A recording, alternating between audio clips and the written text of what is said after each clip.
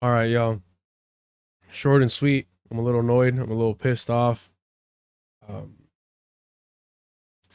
trying to get things together. We'll do a longer stream tomorrow for sure. For sure, 5 hours. We'll do like 3 today. Hope you're all doing well.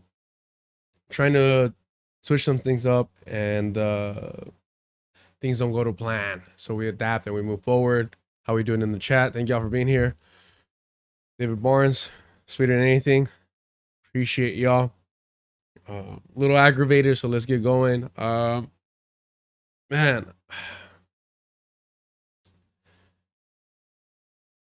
hey, good luck, David Barnes. Good luck, good luck, good luck. Got some things that I think will help. Uh, Somebody referred it to field work, and I appreciate them for breaking it down because sometimes I say too many words. Uh, yeah, just trying to invest more time on this channel, but at the same time, not be one of these leftists that just sit around, these do nothing leftists. So I want to make sure that I'm showing up, organizing, and going to events that other organizations put up. So that is the goal.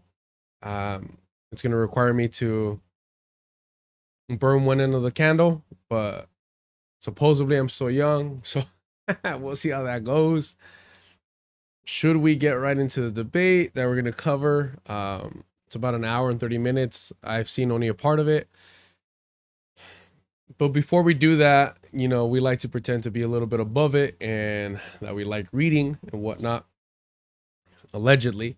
So while today we won't be going over that nonviolent stuff, tomorrow for sure. And been reading just a little bit more of it. I'm not sure if I'll just reread what we went through last time because my voice was so fried.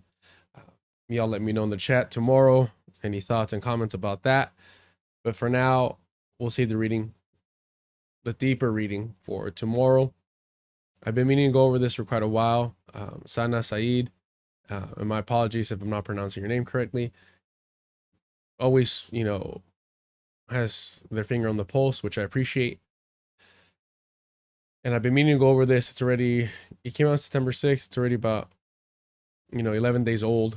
So I've been meaning to give it a good read at least. And we should be doing that right now. Let's see.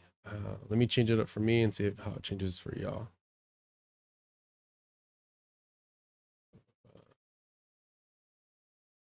Let's just do this.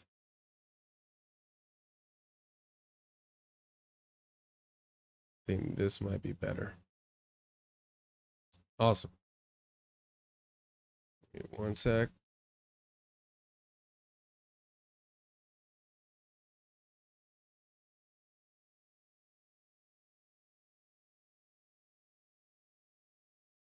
Hope y'all didn't hear that. Still a little sick. Pretty gross. It is what it is. Let's get to it. Again, I'm trying to get in the spirit of things. If you're new here, sick and tired of the same unseasoned, bland, mild at best, so-called political analysis from the Wonder Bread tube. Stop messing around with them. They're a waste of your time. They're a waste of everybody's time. They're just here to cash in.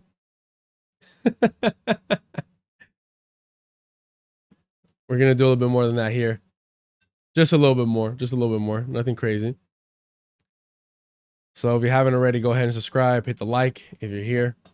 Appreciate you. Get busy in the chat. I think we have a pretty dope chat. If you're white, you might get bullied. Nah. If you're a weirdo, you're going to get bullied. Otherwise, you're all good. And I do want to start off at the top by saying, look, doing a little bit of background work, a little bit of research. I think I need to tone it down and cool it with my judgment of the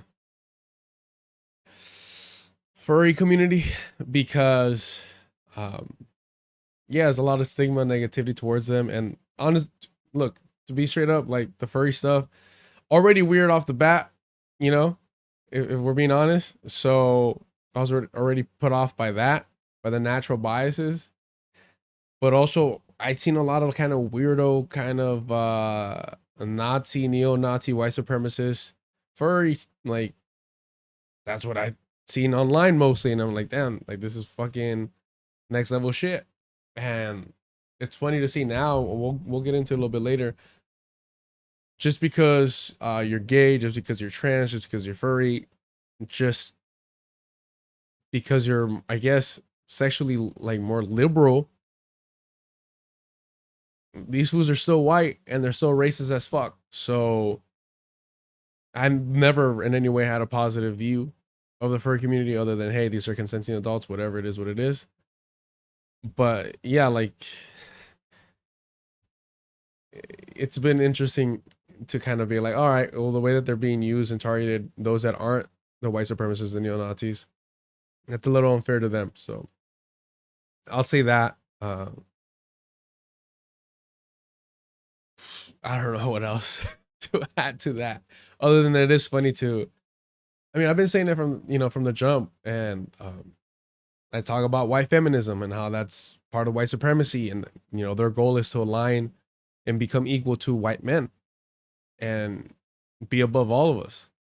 And I felt no different about the queer community, the gay community, and how the white people there are racist as hell, and even more so in some ways in order to compensate for falling outside of the, you know, heteronormative white patriarchy, right? So some of like the most racist people I've come across have been white queers. That's just the reality when we're talking about gentrification, right? And it makes it more evident for us because they want to take up space as marginalized people, which they are, but they use that and weaponize that against us. So I hope that comes out clear. I'm always trying to be direct and honest and upfront about um, my blind spots, shortcomings, and whatnot. And I'm always open to hear criticism. This isn't any like you know this brown skin is well, you can't really see it right now, but I swear it's brown.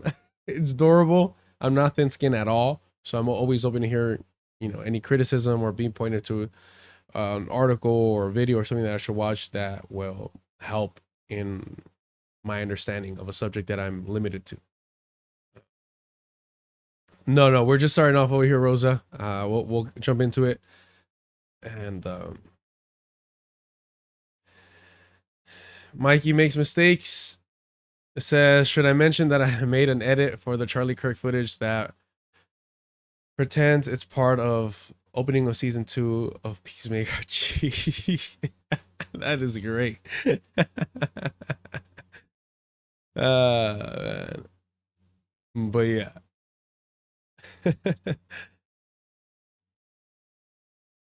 Yeah. Yes, yes. Sana Saeed on, man, I really wish he would change that name. On Bad Faith was just perfect, immaculate. It almost made me not want to really talk about the Adam Freeland stuff anymore, even though it was like the busiest. My damn, I really do look, well, depending where I'm at, I look a little white. Um, the Adam Freeland interview, which was the most attention I've ever gotten on Twitter, which I was like, bro, like really, like criticizing. I criticize white people all the time. I don't know what to tell you, but I'm not really active online like that. I save it for this. All right, let's get to it. I have a heart out, not gonna lie. Let's get to it. One Day Everyone Will Be Against This by Sana Saeed. At the time of this writing, already messing up. At the time of writing this, my inboxes are overwhelmed with messages from friends in Gaza. The shelling, one tells me, is closer than it's ever been before. Others send updates about what food they have been able to gather, while others send desperate updates about their forced displacement to the south of Gaza, as Israel intensifies its ethnic cleansing offenses in Gaza City. Palestinians in Gaza find themselves in what can be characterized as the final solution stage of what has now been a 2-year-long genocide. The resistance on the ground continues to push back against the attempted Israeli takeover. but watching from afar, the destruction, the dismantling, and the desperation renders one into disparate parts of oneself. Nothing is recognizable. Everything smells rotten. The stench of decay does not leave your nose, no matter which way you turn.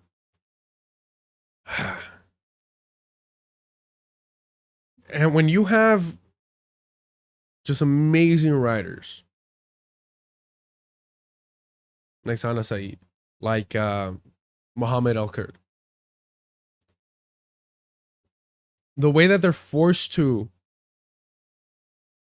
so eloquently and so poetically describe the genocide of their people, like if that alone doesn't fucking hit you, one, I don't know what the fuck you're doing here, because we're not with that inhumane shit. We feel pain over here. That's something that I want to emphasize. You should be feeling this. Your heart should be aching. Your stomach should be turning. Let us not become numb to this. If we become numb to this, if we normalize this, they fucking win. Right? It's the further colonization of your mind, your emotions, your being. And we have to resist that. We cannot become numb to this. We cannot normalize this. Because too often and too quickly it starts up here.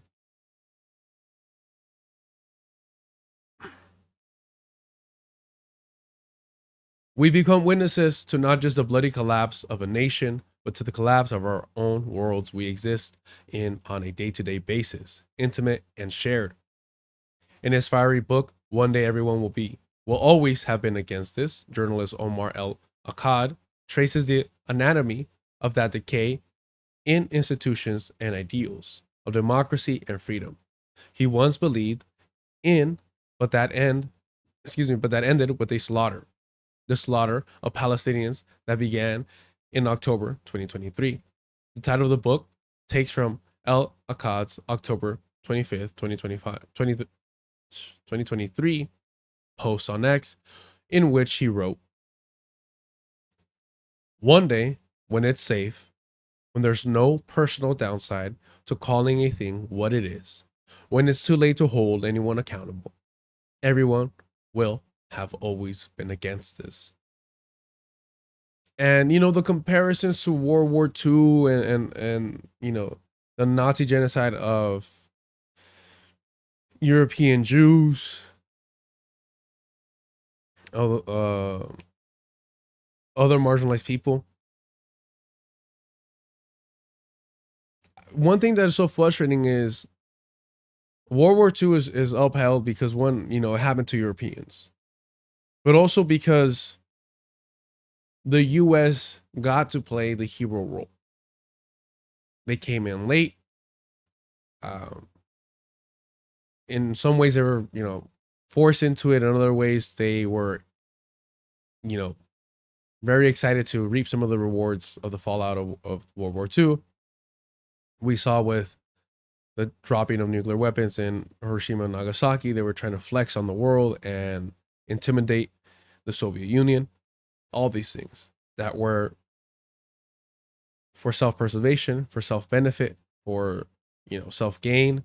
It was not done ever for no aspect or the lives of those being targeted by the Nazis, the disabled, the queer, the Jewish, the socialist. Please understand that that was never a factor in why the US got involved in World War II. When we talk about the Klan and neo-Nazis having beef initially, they were able to set that aside for white supremacy. The military during World War II was still racist as fuck, still segregated. So it was not about a conflict of ideology. It was about reaping the rewards of war. That's what it was. So, yeah, without a doubt, in a few decades, we will see a documentary or we will hear about how Biden tried everything he possibly could to push back against this, but unfortunately his hands were tied. Unfortunately, his mind had escaped him, and he wasn't able to really fight for freedom, justice, and the American way the way he would have when he was younger. He was a victim of human biology. And Kamala Harris was pigeonholed by the Democratic Party, but if she would have won, we would have seen what a righteous human being she truly was. And she always sympathized, unfortunately, secretly, because of sexism and racism with the Palestinian people. But she just couldn't express it publicly because she was afraid she was going to lose to Donald Trump. We're going to see this narrative switch in a couple decades. Maybe sooner with the way that we're seeing, these actors that remain quiet since 2023, if not outright smear the Palestinian resistance forces and denounce October 7th. And we're seeing how suddenly they have found their courage. Suddenly, when Donald Trump is in office, when a Republican is in control of the White House, when now you can point at Orange Man bad for this genocide, now you speak up. Now you found your fucking voice. So a lot of this will depend on, how much damage the Republican Party does domestically, where people can pretend they care about, the empire's actions abroad. Maybe I'm being too cynical. I don't know. Maybe. I want to be happy. I want to celebrate people speaking out for whatever it's worth. But I can't see it that way.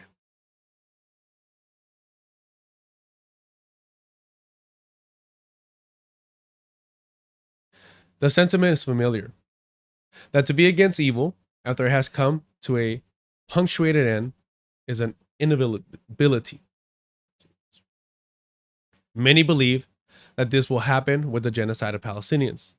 Those who stood by silently at the bombs, bullets, and disease annihilated the population of Gaza will come to condemn it, will come to rewrite their silence. Those who cheered it on, justified it, will come to collect their accolades for their eventual moral repositioning. That part, oh man, this is why I fucking despise and hate and loathe and truly encourage all of you to feel the same way towards liberal Zionists like Peter Beinart, like Sam Cedar, like Emma Vigeland, like the Vanguard, like Hal Kalinske, like all these fucking proponents, normalizers, sympathizers, justifiers of the existence of the Zionist entity through, a democratic future or whatever.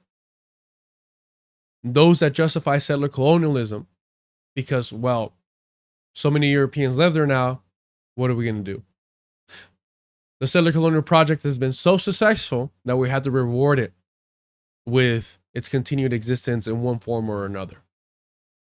Preferably one where they could pretend that it's progress, aka the mimicking of the U.S. settler colonial project itself. Because they normalize that, because that's become a reality to them. In fact, they benefit from it, right? These are colonizers, these are settlers that we're talking about. There's a reason why the online left is predominantly white, and don't forget, affluent. Even before streaming, even before cashing in on this, they were already affluent to begin with. They had access to this shit, to these spaces, to that education. And what do they do with it? They pretend to be on our side. They pretend to care about us. And they sell us out for the Democratic Party every single fucking time. If a genocide is not a red line for you, then what is? If Palestinian lives are not worth abandoning the Democratic Party because it might put you at risk finally, what is? Whose genocide is too much? Or how many is too much? You normalize this one, why wouldn't you normalize the next one? You normalize one, why wouldn't you normalize two? Because we have to support the Democratic Party 2 genocide in the future because the Republican Party might commit 3 genocides. And that would make you evil if you don't vote for the 2 genocides. Because 3 is worse than 2. And you wouldn't want to be a bad person, right? Because a liberal is always a self-righteous pillar of morality, ethics, rationality. We are the radicals. We are the fringe. We are the irrational. We are unrealistic in our desires to end genocide, in our desires to feed the hungry, to protect children. We are doing too much. We ask for too much. We demand for too much.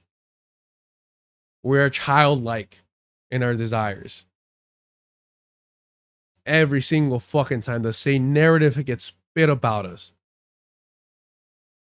When all we do is yearn for a fucking better world and try to build it. Even within the confines of what is acceptable. I have to fucking play pretend. I have to celebrate the small fucking victories because I know it has real impact on people's lives, but I know that it's not enough. I know it's not enough.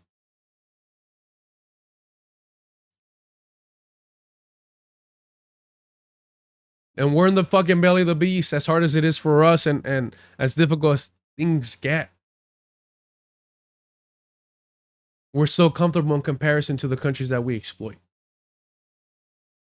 The countries that we abandon the people of the international proletariat that give us the luxuries that we have, the clothing, the technology.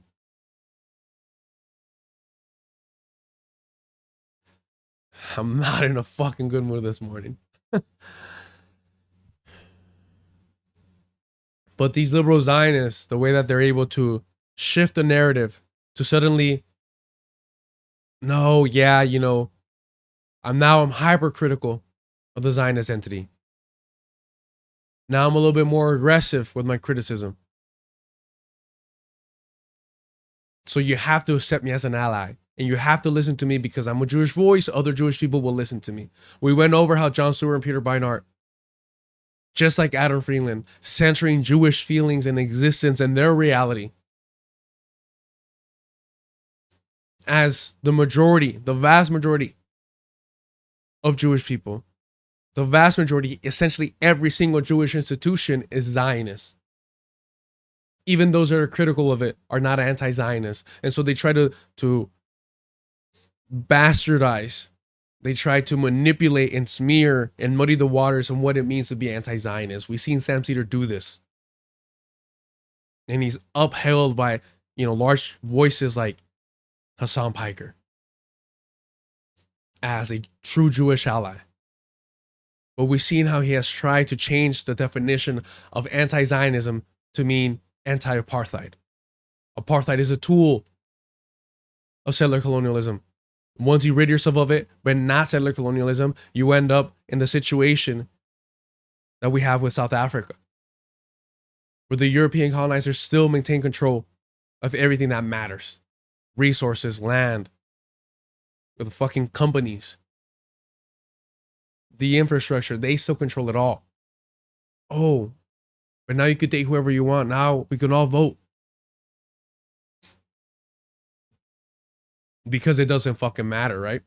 In comparison to who really controls and maintains power. And we'll always have the creeping, the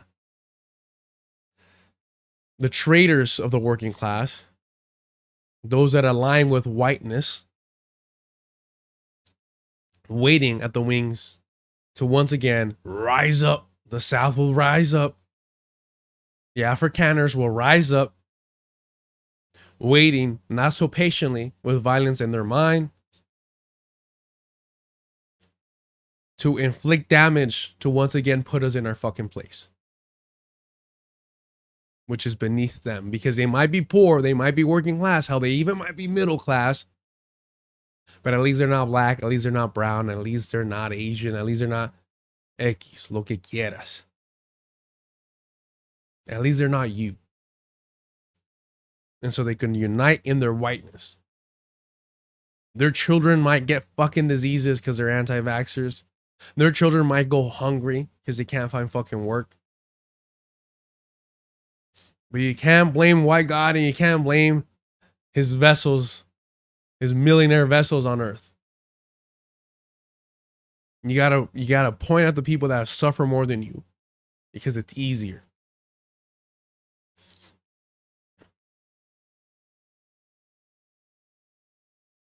Believers of this point to recent rhetorical pivots by governments and public personalities in the US-backed Israeli starvation of the Palestinians. Over July and August, we were inundated with statements of condemnation, demands of letting aid in, and incest podcasts as images of dead, emaciated Palestinians, especially children, have been difficult to justify and ignore. I mean, Piers Morgan, who we'll cover shortly, was a prime example of that, right? Suddenly now it's too much. He hasn't put a number quite on how many children should or were sacrificing. He hasn't put a number how many people should be starving quite yet. But there was one. He hasn't said it publicly, but there was a point, a tipping point, where he has to pretend to be human.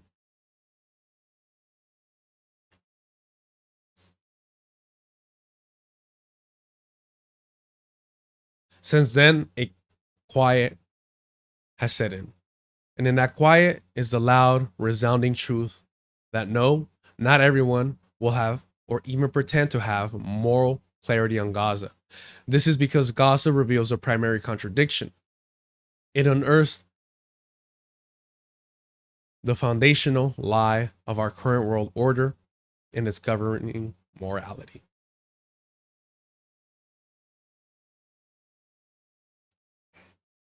What have I been saying about the primary contradiction not being fucking capitalism, but settler colonialism? Miss me with that fucking class reductionary bullshit.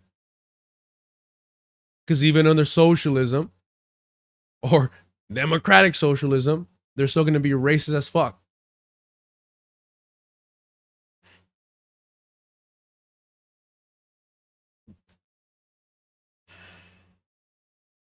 Most of the world, by every measure, is already against the extermination of the Palestinians. Hundreds of thousands continue to flock to their streets across the world, demanding an end to the genocide and the occupation. And fuck all those opportunistic organizations who coordinate with the pigs, who channel that frustration, and just it evaporates. Kwame Ture taught us about the difference between organizing and mobilizing, and some of these organizations are obsessed with simply mobilizing, because it looks fucking good, because you could take some dope ass photos, because you can invite some fucking dumbass streamers on to just spew slogans, because they can't be bothered to actually write a fucking speech that might encourage people to organize and to directly invest themselves in combating the system instead of voting for the Democratic Party again and again. Despite the third parties whose work you try to steal from.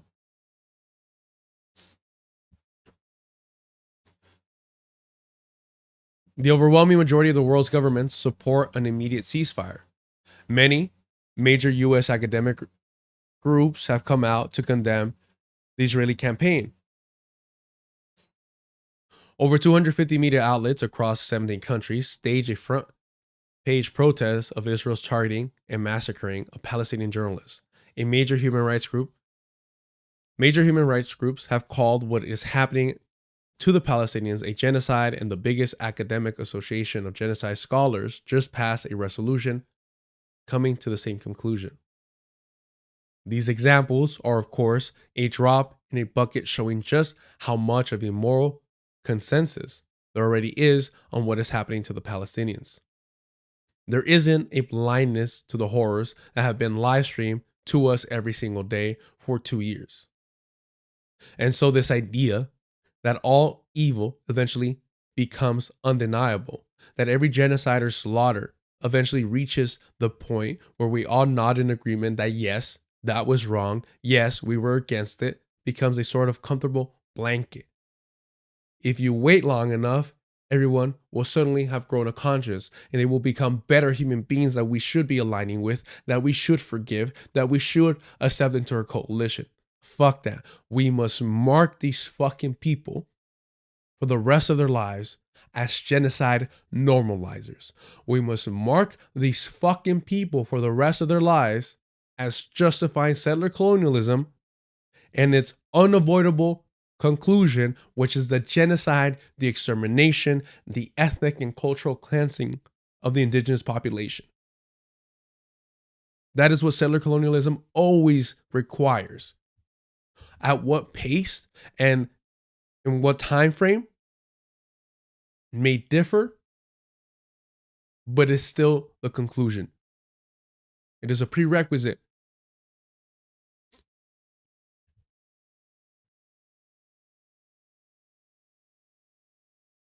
Acknowledging that the opposite is more likely is not only a terrifying indictment of people, institutions, and ideals we believe in fundamentally, but also is an unwilling confrontation with what our immediate present and our future are being molded into. I feel like every fucking paragraph, no matter the length, is so goddamn profound. Let me reread that and then I'll jump. Man, I thought this was going to be a quicker read. I'm not going to lie. It's on me, but here we go. Acknowledging that the opposite is more likely is not only a terrifying indictment of people, institutions, and ideals we believe in fundamentally, but also is an unwilling confrontation with what our immediate present and our future are being molded into. In that aspect, the molding aspect. The fact that the Democratic Party did not completely crumble in their support, in their using of the Zionist entity as a proxy for this genocide of Palestinians, the fact that we had so-called leftists, especially white leftists, still telling you to vote for Kamala Harris, still talking about the lesser two evils while it carries out a genocide. That is the molding. That's when we talk about normalizing. Because it's acceptable to vote for the Democratic Party, even if they commit a genocide. They're personally normalizing that. What will they normalize in the future? What will be acceptable in the future? What are they going to condition us to accept later on? Because it doesn't stop here. It never just stops here. What is the next stage? What is the next horrific event that we'll have to accept? In fact, we will have to embrace the perpetrators of said horror because something horrific might occur. Because the Republican Party might take control. They did either way. You sacrifice your humanity to prevent the Republican Party to win, and they did either way. What the fuck does that make you now? Who are you now? How can we ever trust you again? But these same fucking faces are still out here, still being allowed to pretend that they're fucking human beings, to pretend that they're on our side, to pretend that they're a part of the left. How are we allowing this? How is it acceptable for these bastards to normalize genocide and pretend that they're not reactionaries, pretend they're not part of the right? Because they're cool with trans people, because they're cool with increasing public housing, because, oh, no. That's all cute and that's all essential. Cool. But the one red line that we should all agree, human beings, regardless of your political position, exterminating the people is wrong. And you should not align yourself or support those who are conducting that extermination, either directly or indirectly. But they're still out here and they're the biggest fucking faces and names on the online fucking left space. Don't wonder why I fucking hate them. Don't ask me why I despise them. It should be fucking evident. And again, my apologies that I'm in a fucking bad mood. And I want to joke around. I want to be fucking. I want to have a good time. I do. I enjoy doing this. But I never want to undersell. I never want to downplay how much we should truly fucking hate liberals. Because they're the ones that rot our consciousness. They're the ones that rot our fucking hearts. They're the ones that make us comfortable in the numbness as we lose our humanity. And they're the ones that will give you the most eloquent justification and explanation of why this is necessary. Of why selling your fucking soul to the Democratic Party is the only way to save Palestinians from the genocide that was started during the Democratic Party's regime. And they're the logical ones.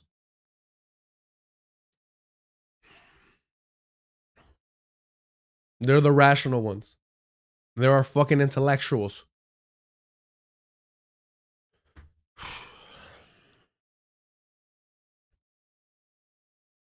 The belief in eventual moral clarity lets us believe that time itself will sort out moral failure, that history has a correcting function.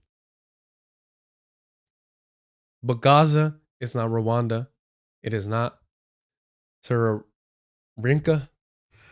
I always struggle with that one.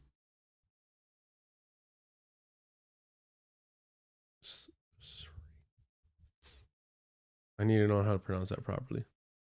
I used to read that in fucking Chris Edge's work. It was always so fucking annoying. How do you say it?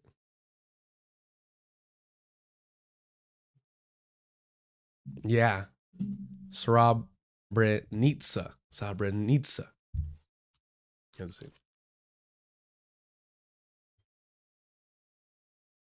Srebrenica. Srebrenica. Srebrenica. Srebrenica. There you go. Damn. Just want to be respectful, you know? Sometimes I'm respectful.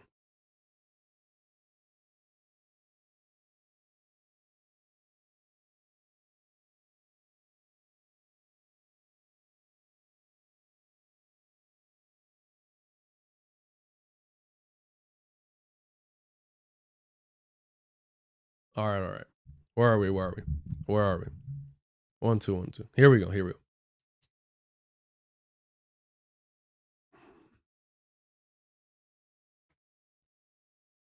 The very nature of the existence of Palestinians post-Nakba makes it a story that cannot be neatly packaged into good and evil by the very endowers of power who believe in and perpetrate the right of that evil to exist. There is too much invested in maintaining that is not what it is. There's too much at stake to admit fully that this is what it is. And that's still assuming that those who wield power in this world even care. We see how these fucking liberals will pretend to cry, will show these fucking crocodile tears,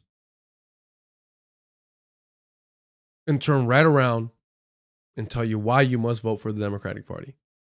When the Democratic leadership, time and time again, tells you they don't fucking care. They're not going to change their approach to the Zionist entity. Time and time again. And these fucking liberals with crocodile tears in their eyes will say no. We'll push him left. I mean, literally, anyone with a conscience was leaving Biden's regime in protest because they weren't being heard in their opposition, in their restraint towards this genocide, and they were leaving.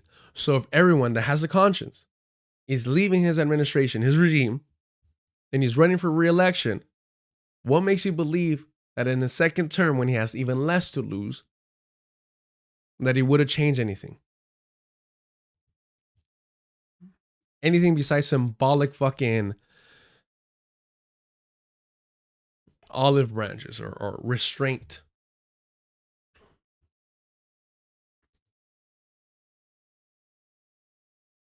In July, the UN Special Rapporteur Francesca Albanese released From Economy of Occupation to Economy of Genocide, a report tracing the sharp rise in global cooperative investment in Israel since October 2023. Investment in Israel since October 2023. The findings are blunt. When Israel's assault has devastated Palestinians' lives and land, the Tel Aviv Stock Exchange soared 213%, adding 225.7 billion in market gains. Albanese identified 48 corporate actors along with their webs of subsidiaries, licenses, and partners across weapons, tech, finance, construction, and energy, profiting directly from the war. Investment is surging not in spite of Israel's actions, but because of them. Genocide is good for fucking business. Genocide is good for fucking business, but capitalism has allowed us to become civilized. Capitalism has allowed us to, put man on the moon, to advance us like never before. We are forever indebted to capitalism for saving us from the savagery, from the wilderness.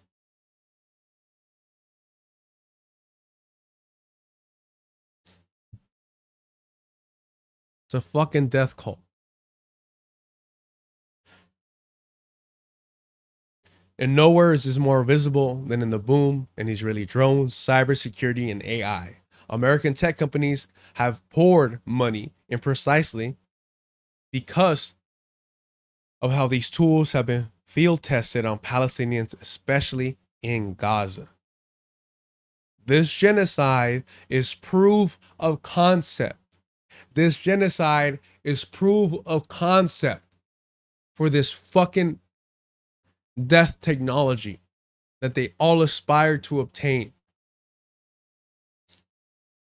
to keep us in check, which apparently they don't got to do fucking much because we'll sit idly by.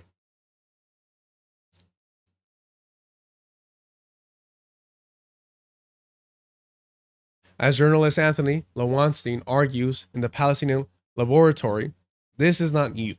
For decades, Palestinians have been providing ground where Israel and its partners refine technologies of surveillance and repression, machinations of social and civilian control that are then exported regionally and globally to governments that otherwise offer restraint, lamentations on the conditions and suffering of the Palestinians.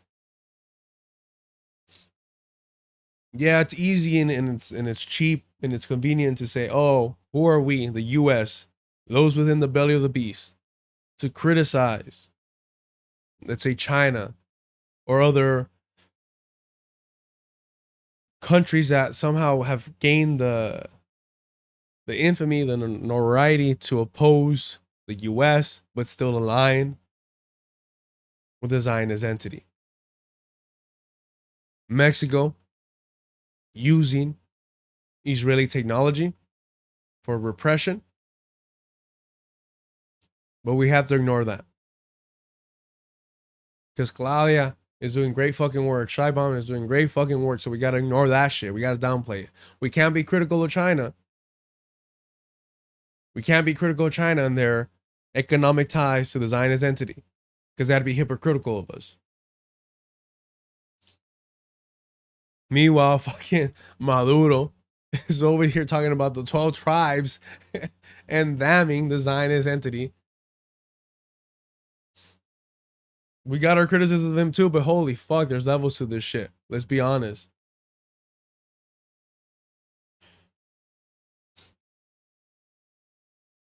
And then there is the ideological and political investment.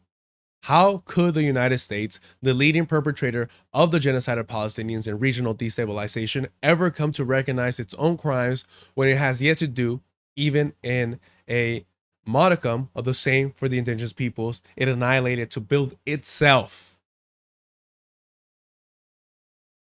How could it offer a mea culpa when every institution, from education to media to government to corporation and tech, have a vested and financial ideological interest in the eradication of Palestinians? Understand completely that the Zionist entity is following in the footsteps of this settler colonial project in the United States. Lebensraum. Hitler literally quoting Manifest Destiny in Mein Kampf. The rest of these European savages, these animals that seek nothing but destruction and conquest, look here to see how it's fucking done.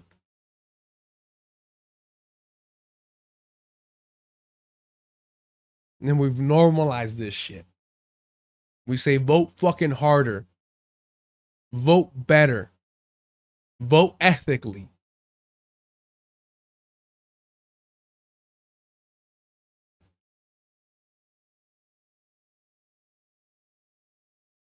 History here can serve as instruction. The first genocide of the 20th century against the Hiro and Nama people was carried out by the German Empire. It was there that the concentration camps was perfected. Germany only acknowledges crimes a century later in 2004 with a carefully hedged apology and no real accountability. What do we say? White people always dodge what? Accountability. So of course their fucking governments do the fucking same. To this day, only 30 countries recognize the Armenian genocide committed by the Ottoman Empire. And the largest progressive left of center, whatever the fuck organization, news outlet, the Young Turks, through Cenk Uygur, an Armenian genocide denier, and their token, Anna Kasparian, have conducted the greatest fucking whitewashing of a genocidal group ever seen. The Young Turks. It's all fucking connected. The propaganda is there. We talk about Hasbro, but we don't talk about the Young Turks. How many of the fucking political figures online that we see, Hassan Piker, Sam Cedar, Emma Vigeland, Michael Brooks, you name them, that were all in some way or another financially connected to TYT? The Humanist Report. The fucking, you name them, bro. Jimmy Dore included, that were all in one way connected financially with the Young Turks. And we're surprised when they normalize genocide. When they've been normalizing the whitewashing of history.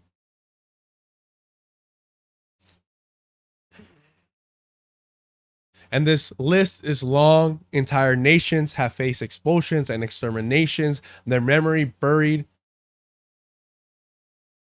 or contested, while their killers were never condemned. Recognition, if and when it comes at all, is always partial and delayed, with a sanitized retrospective meant to ease the guilt of those who were complicit. This is all fucking liberal Zionists have been doing.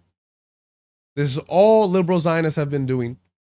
Trying to ease the pain of these fucking Zionists, to pat them in the back and say everything's going to be okay. You can still wear the cross, the Star of David. We'll never have to denounce it. I was thinking about this last time. Do you think the Jewish community that is grossly and vastly Zionist will ever have shame in the Star of David? The way that we force people to have shame in any depiction, variation of the swastika, whether or not it's related to Nazi Germany. Oh, it's got a little swiggle at the end. It's a star. It's Indian. It's Hindu. Fuck that. We say, nope, we're good. We're not even gonna let you get comfortable with that shit. I mean, are we foolish enough? Are we delusional enough to pretend that anything remotely close is going to happen with the Star of David, despite it being plastered on the Zionist flag, despite it being burnt onto Palestinians, sketched into their fucking skin?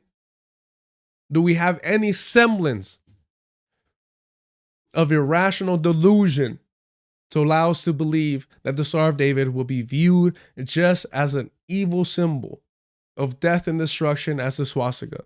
Of course not. Not even that. Not even a small victory like that is granted to those that oppose this, not to the Palestinians. Because you're fucking anti-Semitic if you say something like that. If you oppose that imagery, that symbol.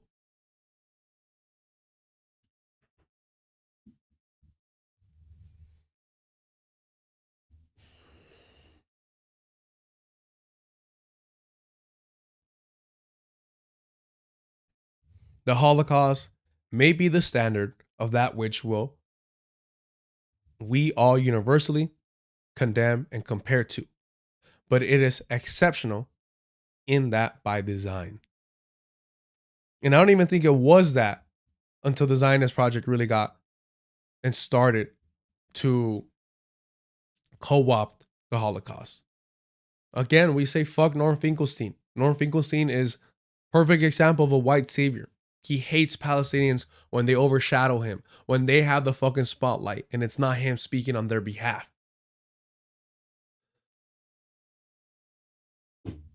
But the Holocaust industry is a must fucking read.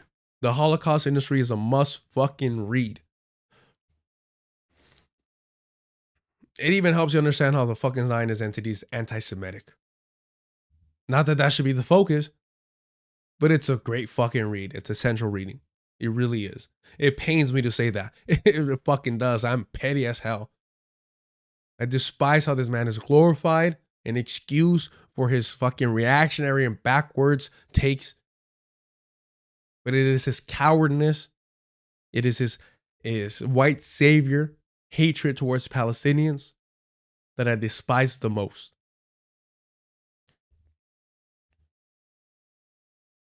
At the risk of sounding Huntingtonarian, I don't even know what she means by that. Wow.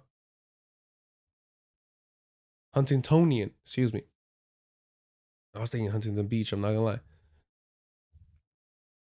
At risk of sounding Huntingtonian, I need to know what that is. I'm sorry.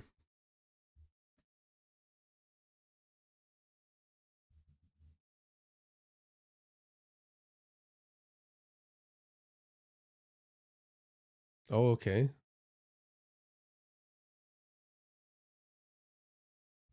The Clash of Civilizations. Okay.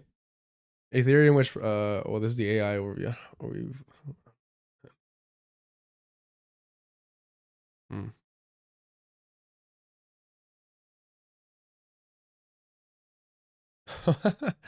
This is something definitely that we need to put on the reading list.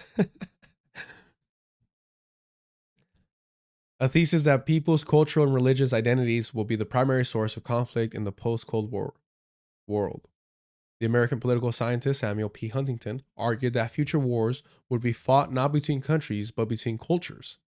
It is proposed in a 1992 lecture of the American Enterprise Institute, which was then developed in a 1993 Foreign Affairs article titled Clash of Civilizations in response to his former student Francis Fukuyama's 1992 book, The End of History and the Last Man.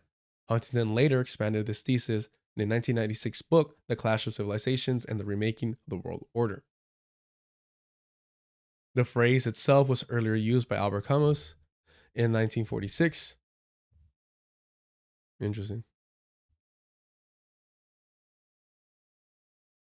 Huntington began his thinking by surveying the diverse theories about the nature of global politics in the post-Cold War period. Some theorists and writers argue that human rights, liberal democracy, and the capitalist free market economy had become the only remaining ideological alternative for nations in the post-Cold War world. Specifically, Francis Fukuyama argued that the world had reached the end of history in the Hegelian sense. Huntington believed that while the age of ideology had ended, the world had only reverted to a normal state of affairs characterized by cultural conflict. In his thesis, he argued that the primary axis of conflict in the future will be along cultural lines. An extension, he posits, that the, the concept of different civilizations at the highest category of cultural identity will become increasingly useful in analyzing the potential for conflict. At the end of his 1983 Foreign Affairs article, Clash of Civilization, Huntington writes, "This is not to advocate the desirability of conflict between civilizations. It is set forth descriptive hypothesis as to what the future may be like." Interesting. I mean, I've heard that phrase before, but I've never paid it any mind.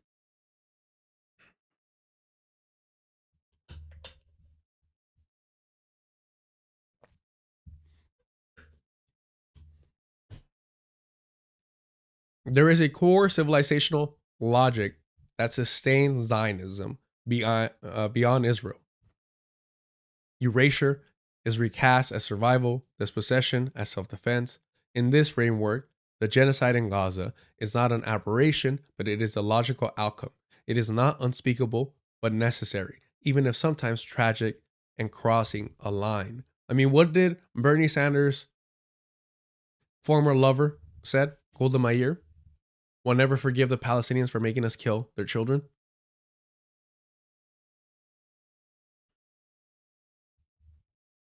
The rationality is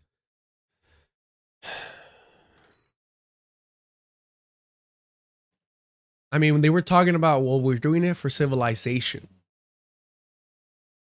We're civilizing them, or we're saving their souls.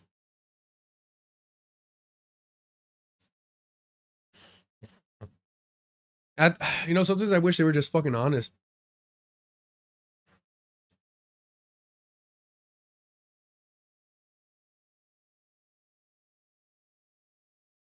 Without the dismantling of ideological foundation, there would be no punctuated end to the evil itself and thus no moral correction.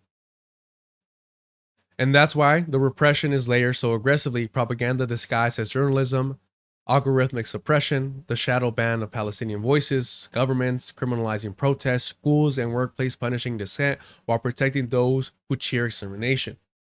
What we have been witnessing is the system laid bare, the system designed not just to kill, but to erase even the naming of the killing. Because even that is anti Semitic. Even that is too much.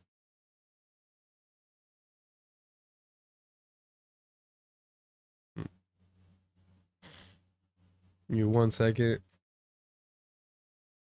Give me 1 second. I gotta check what's going on over here.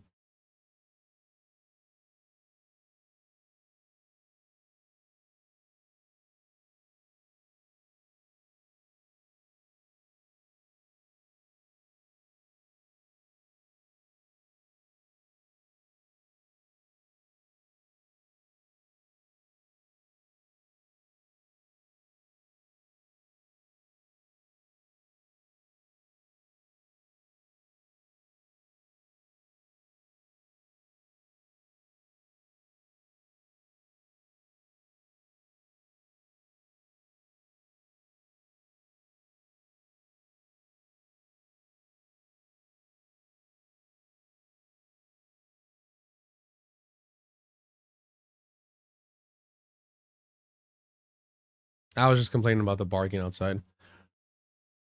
You never know what's something worth taking serious or not. When there's fucking dogs that have no sense, or excuse me, owners would teach their dogs no sense.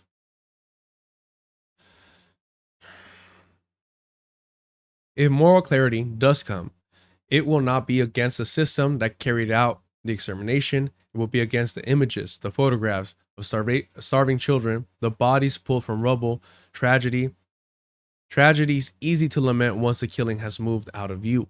It will not bring reparations or accountability or the dignity of Palestinian political existence. It will not recognize the resistance of a people who fought annihilation. Instead, it will package Palestinians as a pitiable tragedy.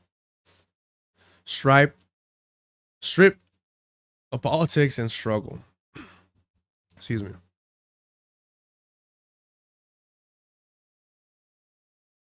we look at indigenous people here today in the belly of the beast, and now we could be sympathetic towards them. Now we could grant them some sense of political power and autonomy. Now that they're no longer a direct physical threat to the U.S. settler colonial project. But when they were, it was very different. And once they were adequately subdued and oppressed and marginalized, then the attention of the settler colonial project turned from the indigenous population to the indigenous population that is stole from Africa. Because numerically, now they're the threat. New Africans, an internal colony within the United States,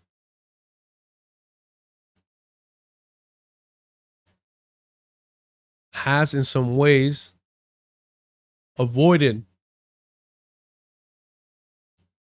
the necessary extermination of being indigenous, but in others has also faced that burden, that oppression, that struggle, and that targeting by the state.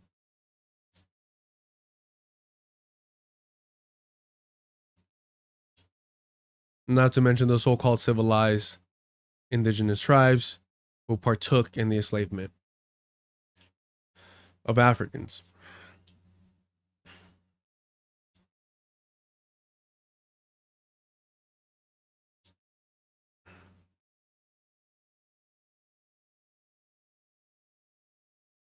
But the stripping of political power,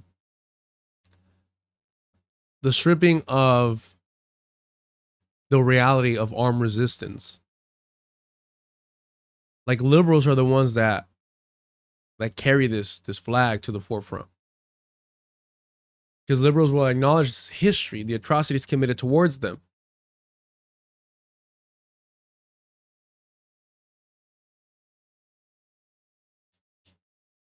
But exclude, downplay, whitewash the resistance that indigenous people, that African people carried out directly against the settler colonial state, the project,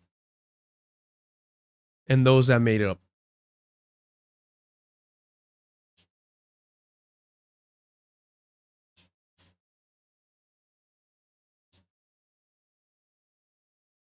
Shirimacha, I don't mean to be dismissive.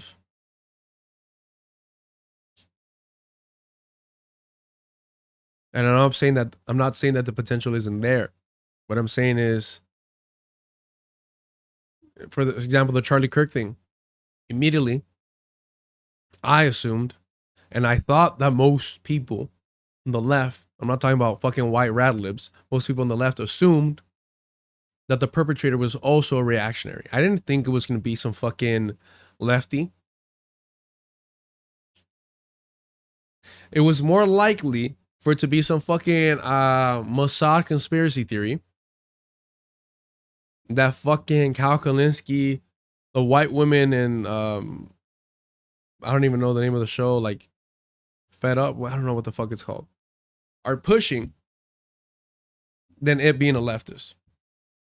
Because I almost instinctively knew that it was somebody on the fringe right, whether it was a groiper, whatever the fuck you want to call it.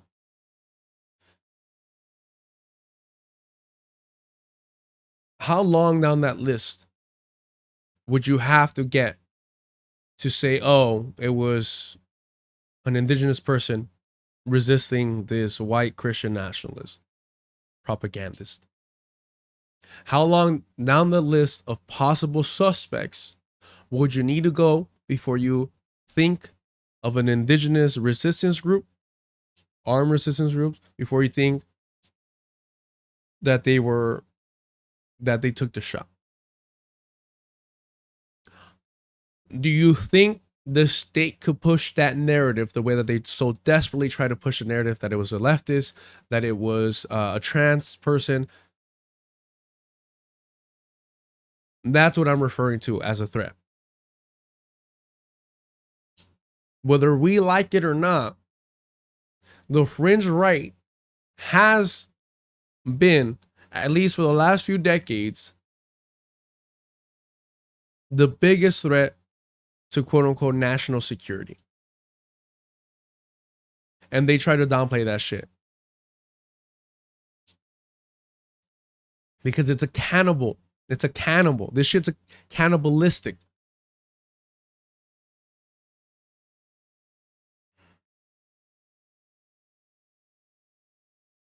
Who is gonna bring down if we're talking from within? I'm not dismissing or disrespecting Palestinian resistance forces. I'm saying if it happens from within, and when we put aside the external pressures, who will bring down the Zionist entity from within? And I mean, it's going to be the rabid Zionist right, because they're too fucking loud, they're too bombastic, they're too shameless. Golda Meir, Bernie Sanders' former lover, literally said, "You're being too loud. Stop bringing cameras around to our new fucking settlements. Be quiet and do as much as possible." These idiots, these rabid true believers, are proud of their barbarity. At least the liberal Zionists don't have shame, but are aware that they need to pretend to have shame in order to gain the sympathy of the world, in order for their lie to be sold properly. The rabid Zionist is shameless through and through, even unwilling, uncompromising to pretend shame, to pretend to understand what shame is.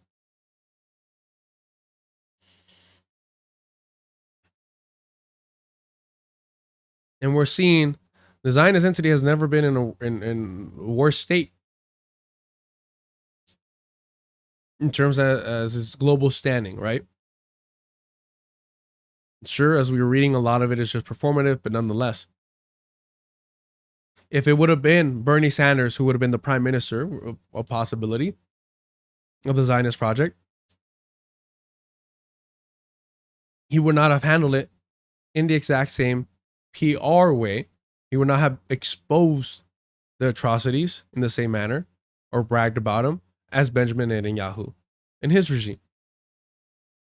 But Bernie Sanders' objective of disarming, dismantling, and ridding himself of the Palestinian indigenous population would have been the same as Benjamin Netanyahu and his former lover Golda Meir. That's just a reality.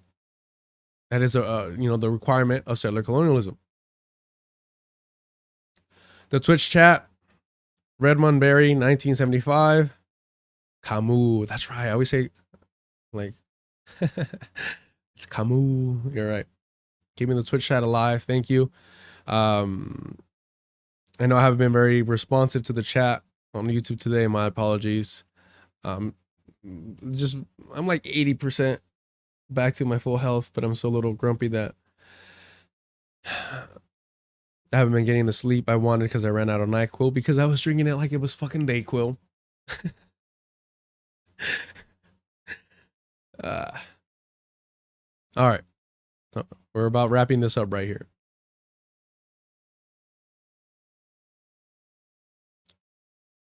Where are we? Yes, literally, essentially the last paragraph. Gaza buried the myth that everyone is eventually against evil. The truth is this: Israel and the United States can cage Palestinians and starve them of food, water, and light. They can burn families alive, execute fathers before their children, mark mothers with numbers, and call it order for Jewish safety. And still, it won't matter. It won't matter how closely these scenes mirror history's darkest crimes because outrage was never about the method.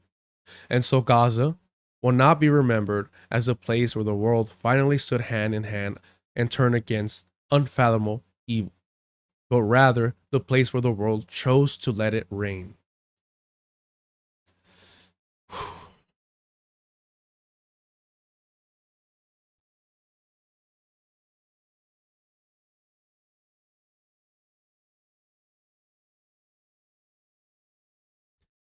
Wow. Wow, wow, wow, wow.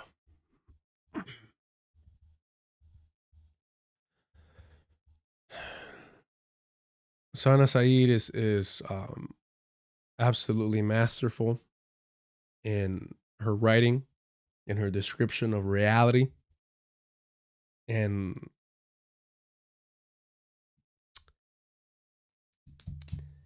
I'm sorry that you had to write that. I'm sorry that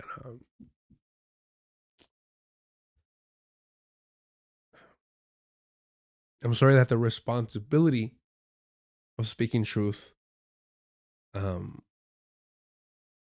that burden was placed on you, and that we have failed time and time again and are failing today.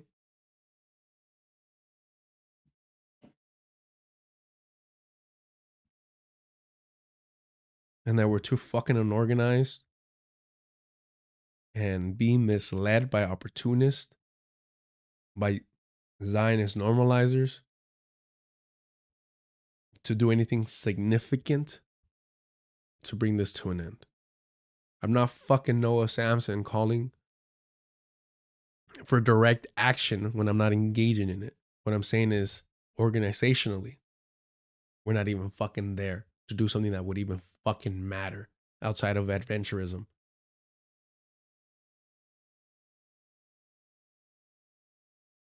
Maybe it's good that's going to be a shorter stream today. I don't know. Lana Thorbillo got the mods active today. Thank you so much for being here. Appreciate you. Chat, thank you so much for being here. If you haven't, you're not active in the chat, go ahead and hit the like. I'm not usually this much of a fucking bummer. I don't know what side on the bed I woke up this morning. But like I said, maybe it's good that it's a shorter stream today. All right, we got about an hour and 30 minutes left. So let's just jump on this. Maybe I'll maybe I'll get a little bit although I doubt it.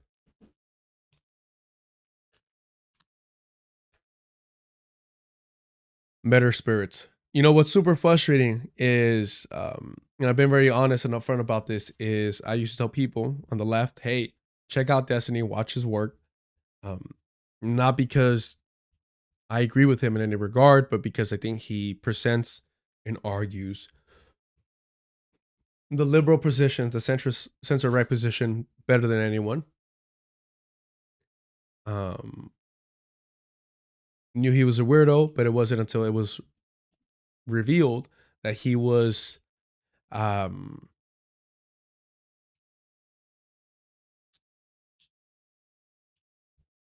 consent violator, and now more recently revealed that he was allegedly, and I had to say alleged, unfortunately, exchanging sexually explicit content with a minor. And for whatever reason, Pierce Morgan still platforms him. For whatever reason, Taylor Lorenz still legitimizes him by speaking to him. And Anna Kasparian does a great job here at calling him out for being a disgusting, despicable human being. And it fucking pains me to have to admit that in this debate, he holds the correct position. And it makes me wonder what the fuck those that claim to be leftists, because Destiny does not even claim to be left anymore, he doesn't want to be associated with the left, are doing and compromising and bending the knee and accepting the reactionary narrative. And whatever they put out, even as they question it, what they're doing is yearning for, calling for a better FBI. That is what this online left is doing. Calling for a better FBI. They're upset that Kash Patel is incompetent as the head of the FBI. These motherfuckers yearn for the days of Hoover. And that's where we're at. Let's get to it. Anna Kasparian, what was your immediate reaction when you heard about what had happened to Charlie Kirk, and presumably at some stage saw the video? I will say this. If you claim to be part of the left and your immediate reaction was not celebration, was not dancing, was not laughing, was not applauding the removal of a Klansman, the removal of a Christian white nationalist. You are not to be trusted. Your sympathies, your aspiration, your proximity to whiteness is a threat to marginalized people, to the global majority, to those in opposition and victims of white supremacy. Just as those that normalize the genocide of Palestinians should be forever marked, those that forget even shedding a tear for a Christian white nationalist, forget crying over him. But those that denounce justice should be at the very least seen with a side eye. Because these are the very same people that would denounce Samir and call for the incarceration and probably would have normalized the death penalty of Nat Turner and any indigenous resistance who understood what would be required to stop the invasion and extermination of the indigenous people. And unfortunately,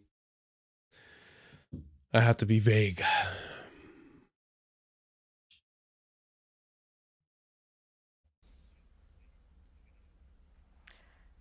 Well, it started with absolute shock, followed by despair, followed by fear of what this means for the country and how things could potentially and very likely devolve further. You know, Charlie and I had multiple debates and conversations, and what I really appreciated about Charlie, and I've said this multiple times, was that even though we had disagreements, he had a huge platform and was inviting to people like me to make my case to a completely different audience about my point of view, why I believe things that I believe. And that's what is supposed to make America great. The ability to live in a pluralistic society where people have differences of opinion, but can engage with one another in good faith and make their case. You know, I was recently on Tucker Carlson's show for a pretty lengthy interview. And after that interview ended, Tucker Carlson let me know that Charlie Kirk reached out to him and said that he loved the interview and would like to have me on his show. That's the kind of person Charlie Kirk was. Now, that's not to take away. Anna KKK Kasparian showing up to defend the integrity of Christian white nationalists. And to all those on the online left, all those white men like the Vanguard, white women like Emma Vigeland, who suddenly want to finger wag at Anna Kasparian, who want to profit off of calling her out for what she is.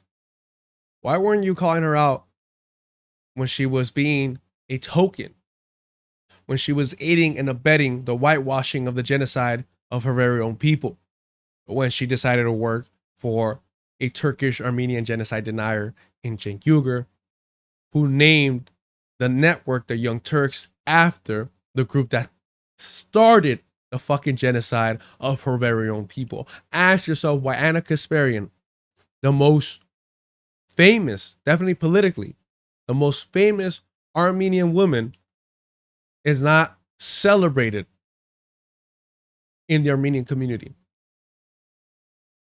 Because they know what she is. Because they know what she is, and all these white liberals gave her a fucking pass in being a comprador, in being a fucking token, and being a fucking vendida sellout, and helping aid in the whitewashing of genocide of her very own people. Because she was saying things they agreed with. When Emma Vigeland was confronted that Anna Kasparian was a fucking turf,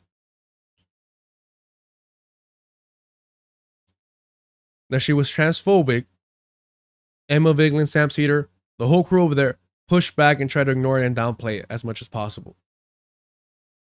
Only when it became popular enough to hate on her for it, rightfully so, as any bigot should be, Then they switched up. Then they switched up.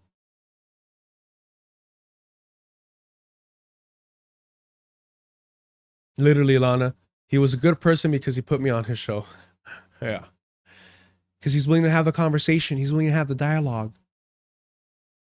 Remember, Anna Kasparian is somebody that gets nervous. From the thing. Excuse me. Nervous when she's forced to talk to black, brown, non-white people. Because they might accuse her of being racist. They might see her for what she fucking truly is. Things that I vehemently disagreed with him on.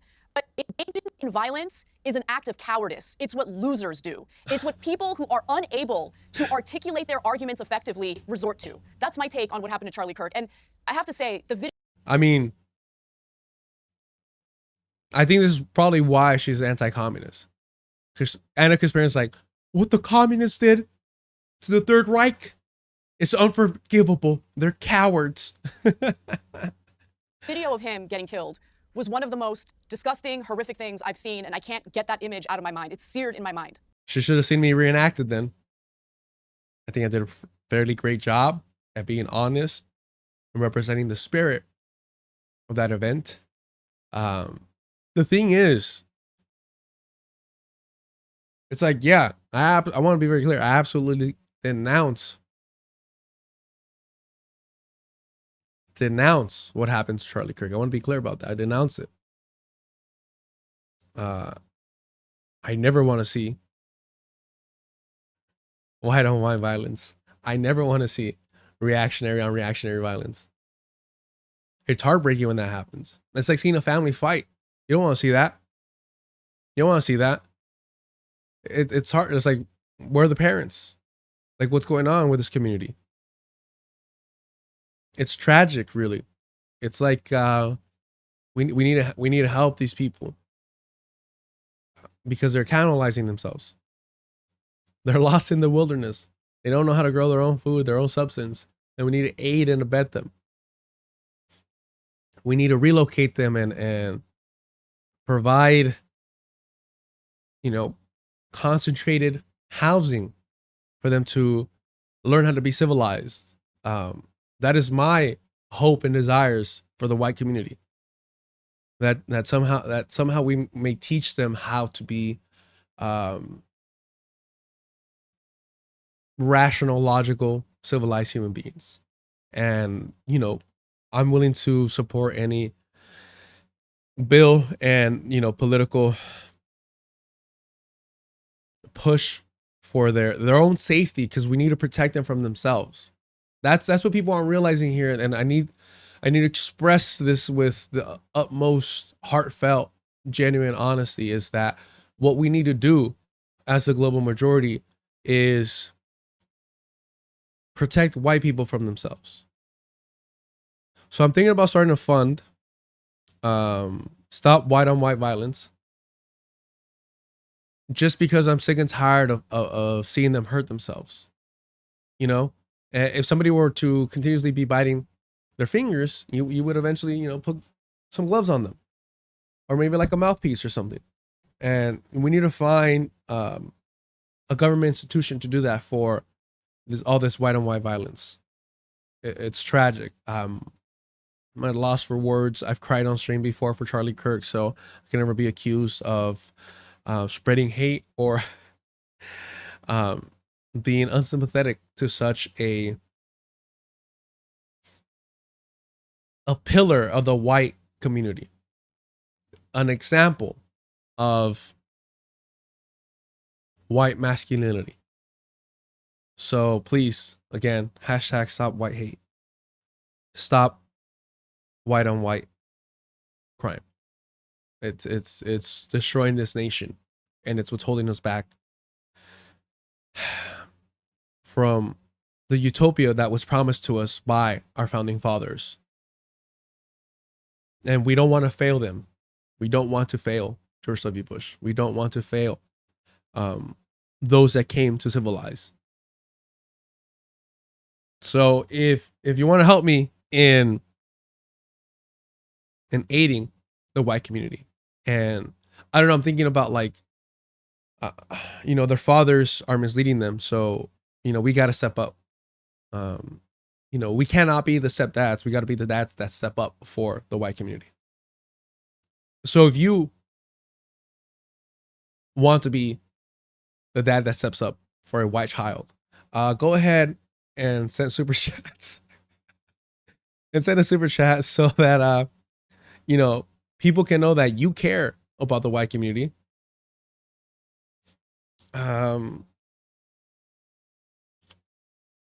What are we calling this? What are we calling this?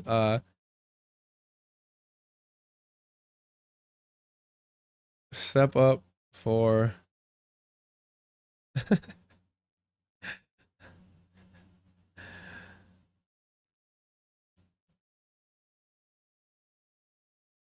there we go.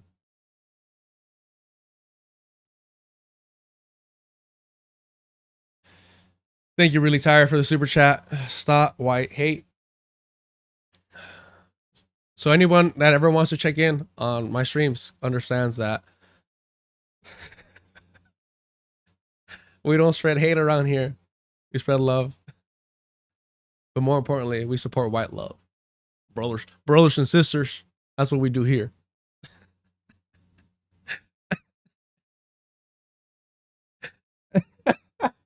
All right. Let's get back to it. What is, I mean, thank you for saying what you just said. Very clear. What has been truly shocking to me, not just the murder itself, which was obviously just horrific, as was the video. And I agree, it's very hard to ever lose that image of what happened.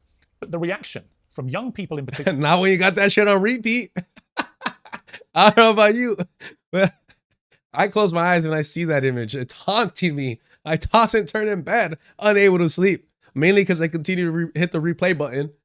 So that might be my fault. But it is. Once you see it, you can't unsee it. On the left, I have to say, I have found absolutely sickening. The glee, the celebration, the TikToks, the general, the behavior of this rap band, Bob Villain, and then the lying about the fact they were clearly celebrating in the most despicable manner what had happened to Charlie Kirk. You know, it was so gross.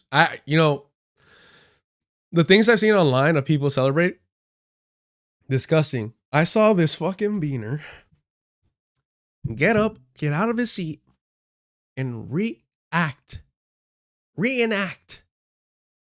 the horrific events that occurred that day. People talk about September 11th. I talked about September 10th. That's the true day that will live forever in infamy. I mean, sure, September 11th, countless of people perished in the attacks on the World Trade Center. But if we're being honest and genuine, all those lives just they don't equal the significance of true white leadership that Charlie Kirk represented, right? In a lot of ways, all those souls that perished on 9/11 were uplifting and pushing Charlie Kirk forward in his pursuit of a Christian white nation. And for that, in a lot of ways, if you think about it, his untimely and unfortunate passing was worse than 9/11. It was worse than 9/11 if you think about that. If you think of all those American lives that were uplifting, upholding, and protecting Charlie Kirk, think about it. They were protecting him. Now, unfortunately, they took a coffee break. But how are they supposed to know? How are they supposed to know what was going to happen? All right, let's continue. I've got no problem with people appraising Charlie Kirk's record and criticizing him where they feel he was wrong about stuff. That's fine. That happens to every public figure when they die. But to gleefully celebrate the cold-blooded execution of a 31-year-old father of two, I just found crossed every line of humanity. And it's just crazy that all he was a 31-year-old father of two. That's all he was known for. Isn't that wild? That's all he was ever known for, being a 31-year-old father of two. Like, that's how he gained popularity and notoriety, by being a 31-year-old father of two. Nothing else. Like, don't look. That is what we need to focus on. I guess, Anna, a lot of these young people. You've met a lot of these young people on the left. What is going on with young people on the left? And I'm not for a moment saying there aren't young people on the right that have similar mindsets about their opponents. But what is going on with these young people on the woke left who genuinely look at that and think this is something to celebrate? Yeah, never mind that the actual shooter was, and look, man, we're gonna talk about we're going to talk about the threat, the real fucking threat of technically Christian nationalists, but specifically the Mormon aspect of things. I'm working on something a little bit, but the Mormon threat to uphold Christian white nationalism is, and I know some Christians don't think that Mormons are part of their group. They're not part of they don't get to sit in their table. Well, they do. The way that Utah is ran for all intents and purposes by Utah's a theocracy. Let's be honest. The Mormons run that shit. So this whole idea that like it was a Mossad hit, this and that.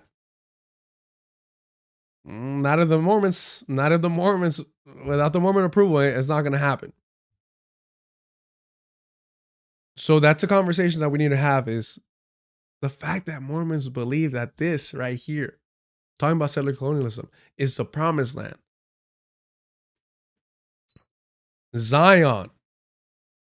They see that shit, Utah, as Zion. And everyone's downplaying this aspect of it. And it's like, bro, can we not for once understand the layers and complexities of Christian white nationalism and the significance of Mormons in it? Mormons view Utah as their fucking Zion. They control Utah at every governmental level. There's a reason. Is Utah still, I know for a while it was, like Utah was the least like non-white state. I'm down to be corrected, but for a while I remember that Utah was the whitest state you could be at. That is not done by fucking accident.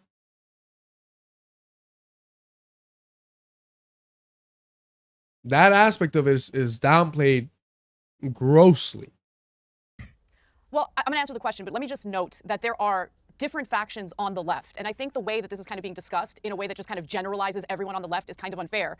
But putting that aside, I do think that we have an overall problem. I think what happened is a symptom of a bigger issue that we have, not just in this country, but I'm seeing it happen globally, where there's just this dehumanization of people based on their political views. And on top of that, the devaluing of human life, right? I mean, we've been seeing images of people being butchered, children being butchered endlessly on social media over the last nearly 2 years. Prior to that, I mean, the rhetoric that devalues human life, I think, has played a role into it. But also, I just think that there's this dumb idea that all you need to do is like get rid of or take out some of the prominent figures on the political side of the aisle that you disagree with, and that'll somehow solve the issue. No, that doesn't solve the issue. What it does is it makes the situation in various countries where this type of political violence plays out far worse. Now you're hearing talk of retaliation in a violent way. When it comes to the Trump administration, you're hearing policies that are being proposed that would limit the legitimate political speech of Americans. I am concerned about that. What that disgusting murderer did is he pushed for this country to devolve further. And I wish that cooler heads would prevail, but at the same time, I don't begrudge people who are angry. I mean, that poor wife and her 2 children witnessed Charlie Kirk get shot and killed in the neck.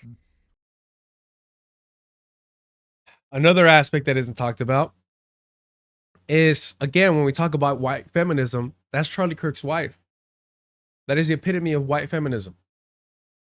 That I will stand by the right side, to the right, of my fucking grand wizard husband.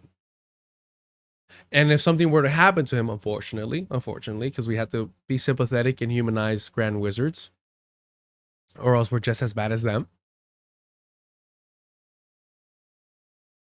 then we are part of a society advanced enough, tolerant enough to allow his wife to step up and fill his empty shoes. Because that's what white feminism is. The women of the Klan, the women of the KKK, were upset that they weren't allowed to be regular members of the Klan. So they created their own Klan. And the men in the Klan kind of, looked at them dismissively, but depended on them for a lot of the bureaucratic work, a lot of the fundraising and background shit.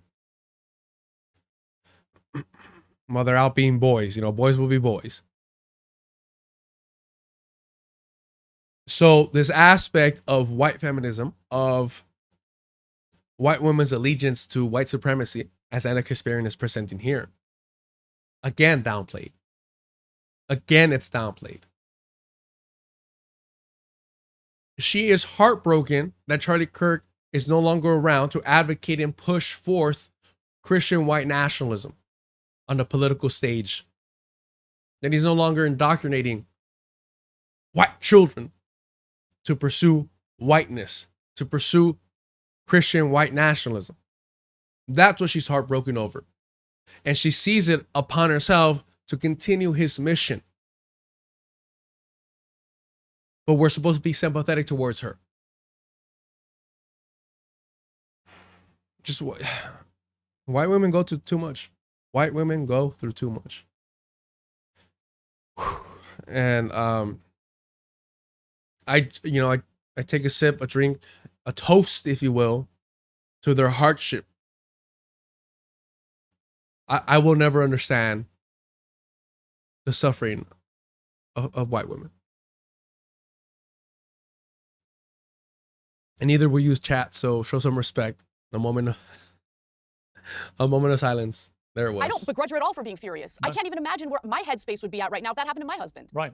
Well, we know where your headspace is at when... That's going to be a little crude. I was going to go a little too... We know where Anna Kasparian's headspace is when she's being offered money in exchange to normalize the genocide of her people. So wherever Anna Kasparian's headspace would be at, if some tragedy were to befall her husband, the question is, how much money would be required for her to start working alongside the perpetrators of her husband's misfortune? You know what I mean? Am I being clear enough?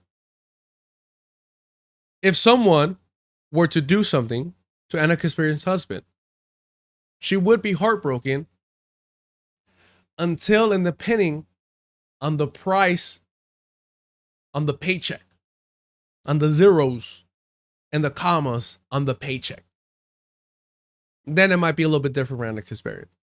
Then she might see the humanity of those that harmed her husband, because she saw the humanity in those that normalized the genocide of her people, those that denied the Armenian genocide.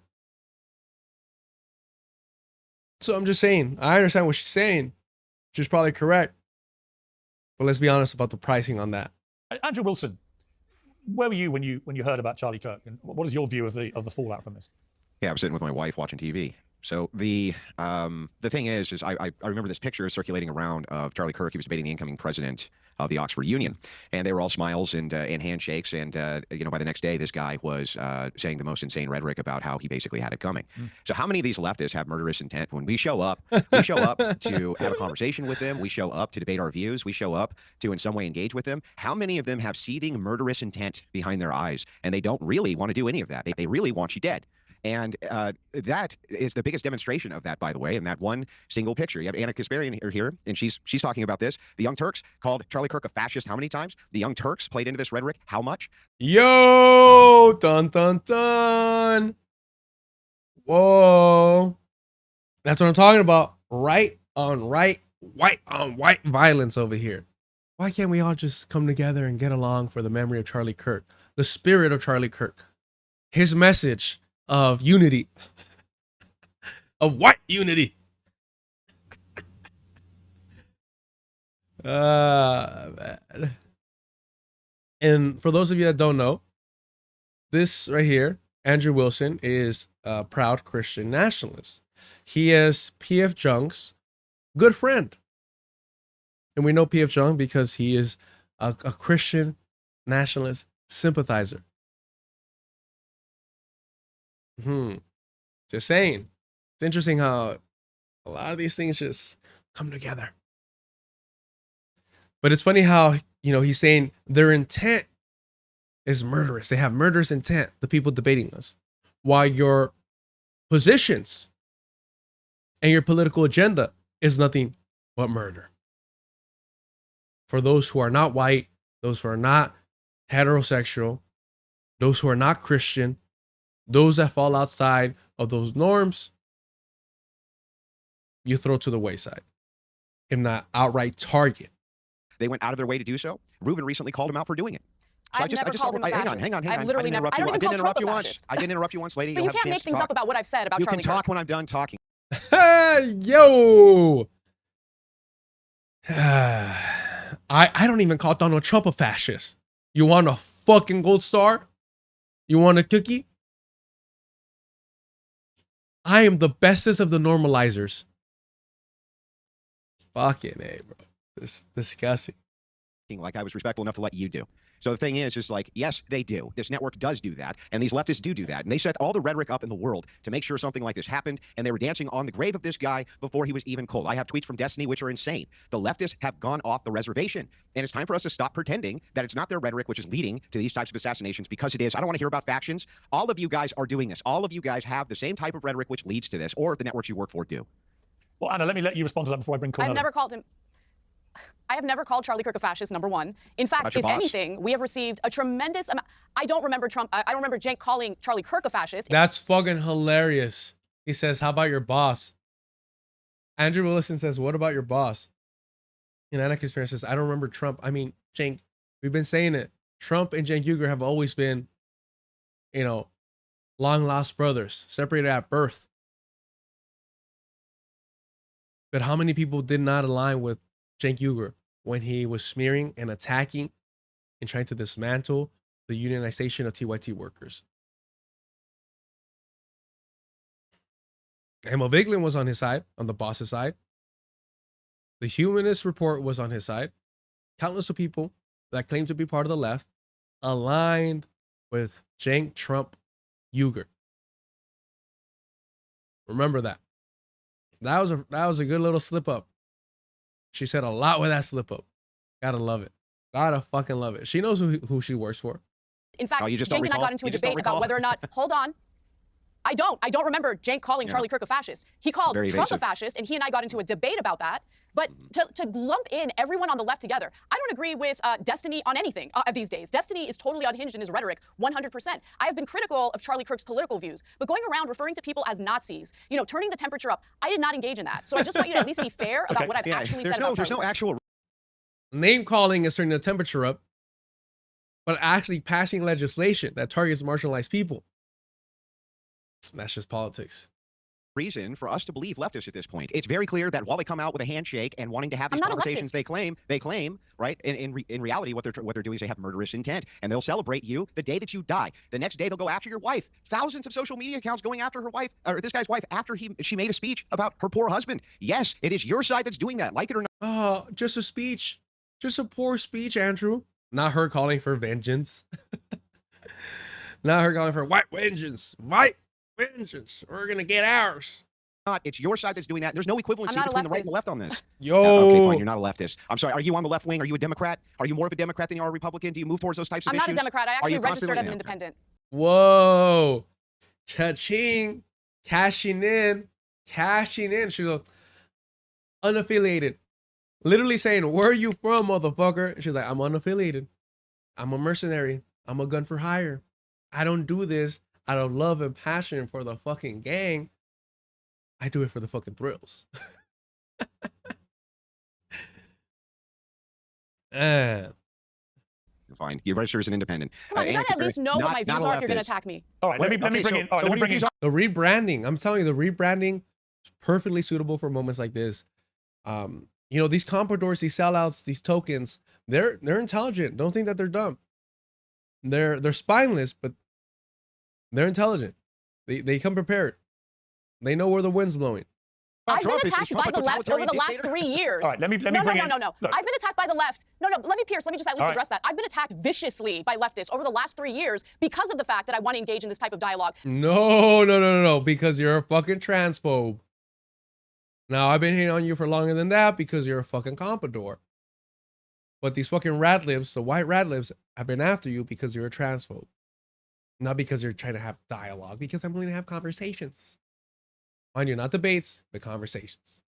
Because of the fact I was willing to sit down with Charlie Kirk and with Tucker Carlson and Ben Shapiro, I'm willing to have conversations, and I don't go around labeling people as fascist and racist and Nazis just because I disagree with them. Just at least understand what my political views are.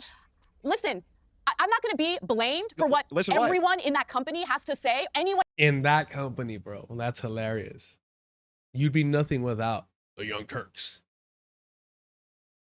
And the Armenian community would be a whole lot larger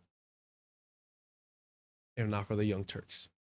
One in that company has to say, The I'm head an of that individual. company? We are supposed The to head of judge that people company, your based co-host? on Come on. individuals. He did I not am go judging around you. I'm calling judging, Charlie Kirk I'm judging a you fascist and a and saying Nazi. that you don't have good reasoning skills. If it's the case that you think, oh my Well, God, I'm judging you can't be for calling being people so Nazis. You simple-minded can't be that calling you're people no, Nazis while no your one's boss calling you does all the Nazi. time. Why are you making that up? You're just making Because it up. You're just no, making your it up. boss- We're your boss all the has many same. That's how times. Your boss simple-minded has you many are. times. You're It's all not the same. simple-minded Okay, to then bring everyone out on the the right is just like Dylan Roof. All right, let me bring in. I want to bring in Cornel West. I want to bring in Cornel West. I want to bring in Cornel. He's been waiting. shut up, Please lady. let Cornel come in now. He's been waiting very patiently. Cornel, welcome back to Uncensored, where things are getting incendiary quite quickly. I think the overriding point. Honestly, after Cornel West, you know, running for the People's Movement, after Cornel West starting his own political party because he couldn't be part of the Green Party, all that stuff. Before I would wonder why he's stooping so low to be on this fucking internet show. And you know, you can look back at, you know, my streams, like I held my tongue in my criticism of Cornel West because I'm like, well, he's gonna run for president. I'll vote for him. Fuck it. At the time, and he just kept doing weirdo shit after weirdo shit. I mean, it was weird to begin with. But let's see what weirdo shit happens now.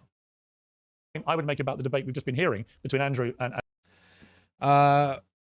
PK Splasher.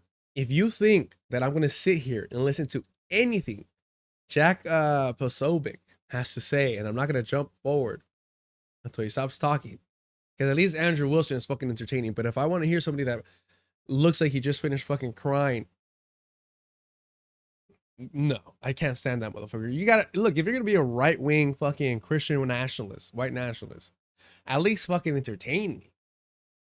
At least fucking entertain me. If you're gonna be monotone fucking I cried nonstop.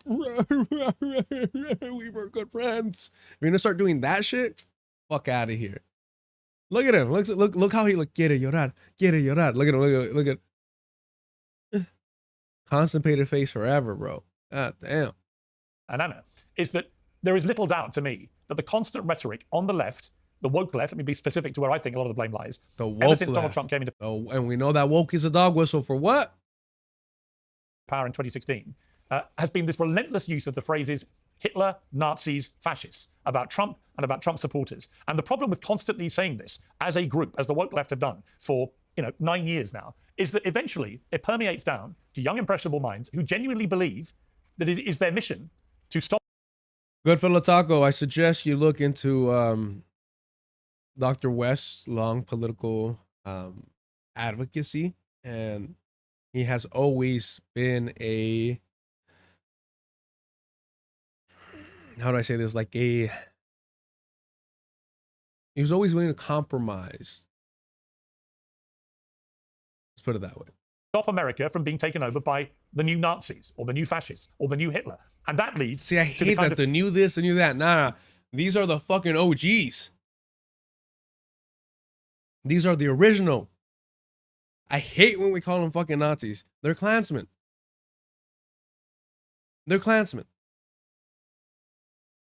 the thing we saw with Charlie Kirk. Do you agree that this language, this relentless, in my view, woeful misuse, particularly of the word Nazi, towards Trump and his supporters, this is part of the problem?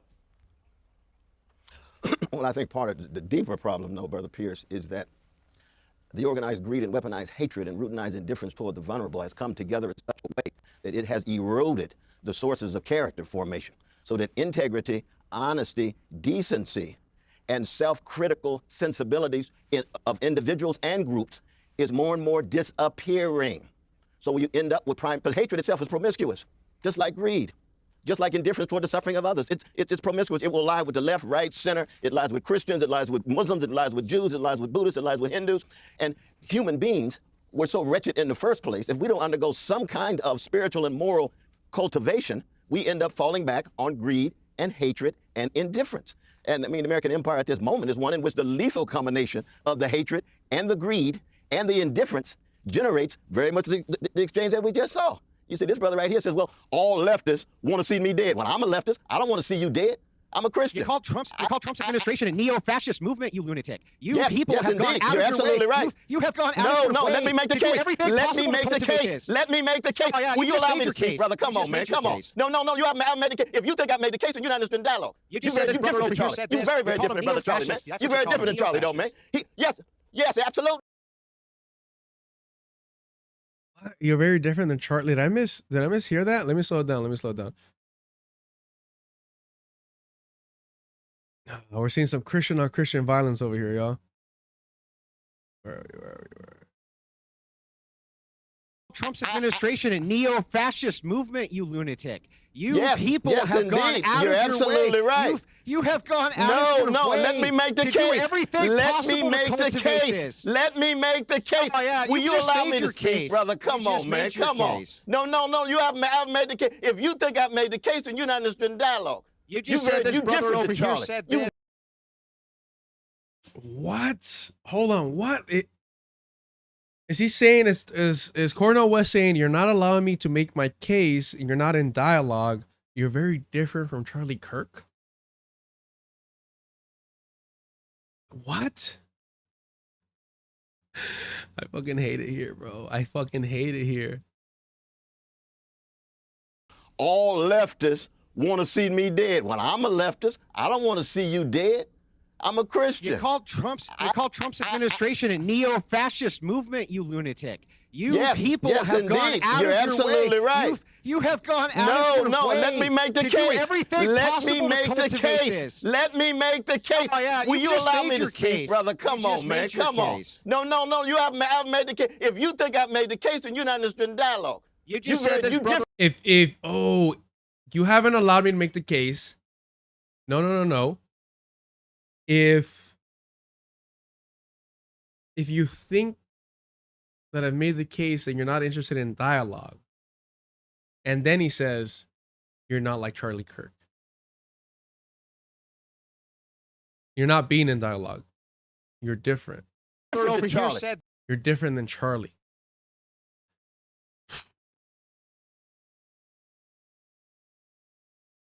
Dr. West has a favorite Christian white nationalist. He's like Charlie Kirk, Andrew Wilson. He's got a favorite Christian white nationalist. That's wild. Am I misreading this? The Hamon? Damn. You're very, very called different him than brother Charlie, man. neo-fascist. That's You're what very called different him, than Charlie, though. neo-fascist. You're very different than brother Charlie. So like he's upholding. Dr. West is like holding up Charlie Kirk to shame Andrew Wilson, saying you're not like Charlie. Like you need to rise above to be like Charlie Kirk. What the fuck, bro? Oh, man. Yes, absolutely. Yeah, and I can it's make the rhetoric case due for to that, people too. like you that got that man killed, sir. No. There Yes, are yes. such a thing as neo. If anything, the young misled child that was, misguided by Satan to take that shot. Who, we all believe in forgiveness, as the Bible says. So we should all forgive him and turn the other cheek. Was upset that Charlie Kirk wasn't a real fascist. Oh, well, I wouldn't say real fascist, that he wasn't really with the whiteness the way that was necessary. Fascists. But Pierce, why you have a brother on who's not going to allow nobody to speak, man? We're just wasting time. If all you're interested in is making your money and you bring this brother on it and nobody can say a word and we can't even mourn Brother Charlie passing, I had dialogues with Brother Charlie. This brother's going to say, oh, this kumbaya and so forth. No. Charlie was made in the image of a loving and mighty God. I believe that. I say my prayers for Sister Erica and the kids because this brother wants to trash my Christian sensibility. And look at him laughing now. It's a joke, man. Pierce, it's not worth it. The is dialogue Charlie is not Kirk worth it. part Not of the with this neo-fascist brother. movement? Not with this brother. Is he part of your neo-fascist not movement? Not with this brother. Yeah. When Run Charlie away. Run away. himself Run away. says that he is against Civil Rights Act, does that make him a proponent of Jim Crow? When he calls Martin Luther King Jr. an awful human There it being is. and a There scumbag? it is. There it is. There it is. Quoting Charlie Kirk's own words. There it is. But also, what the fuck then, Dr. West? Why are you praying for somebody doing the exact fucking shit you just quoted? Why are you praying for them? Why are you praying for their wife who's going to continue that fucking work? I'm critical There of it that. is. I am critical of that. You're absolutely right, Brother Wilson. You're absolutely right. But There if it all is. you're going to do is be arrogant, you're arrogant just like the so-called leftists you're talking about. But Pierce, you making your money, brother. Go on and make your money, man. It's But not about this is making. not worth it. Cornel, this brother it's not right about here making is money. part of the problem. This other brother who has a deep connection to Charlie, he's willing to at least listen. But this brother's not willing to Cornel, listen. can you sit down? I'm gone, man. I would I'm like you gone. to I'm remain gone. part of the No, no, debate. no. This is ridiculous. This is ridiculous. He's smoking his cigarettes with his arrogant self. Come on, man. We don't have enough dialogue at all. Surely you're not Not going to even walk worth it. out in a debate Why about don't you cry dialogue. more? Go on and make your money, man. Right. Well, there's a kind of farcical to quit a debate where we're literally debating about the importance of free speech and being able to listen to each other's opinions, which seems to me completely insane. Is Cornel crying? This Christian white nationalist isn't as nice to me as the other Christian white nationalists. At least the other Christian white nationalist pretended to hear and understand what I was saying before spewing his Christian white nationalism. I can't make your goddamn money. I can't support this Christian white nationalism when he's disparaging the memory and the heartfelt Christian white nationalism of the other. Right?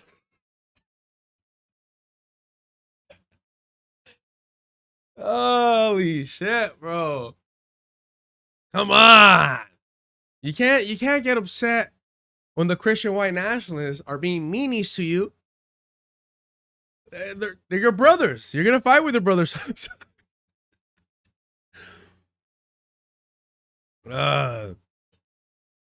So fucking good, bro. No fucking shame.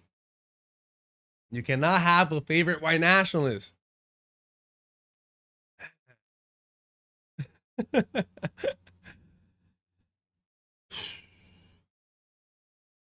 I mean, I tried my best to be nice and respectful and considerate of Dr. West. If you haven't seen, ooh, fuck. I don't have a lot of time. I do not have a lot of time. Hold on. He was on Black Liberation Media. I'm not gonna find it here.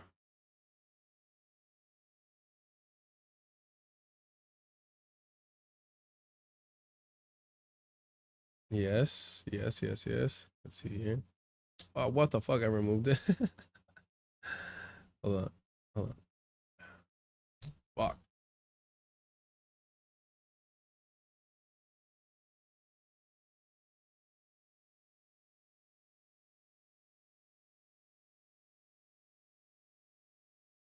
How long ago was this? 2 years ago? Was it 2 years ago? That was a long ass conversation. Yeah, it was this one. And sanctity, no matter Hold on. who they Absolutely, are, no matter what absolutely. social system they find themselves. Hold on. Y'all remember this?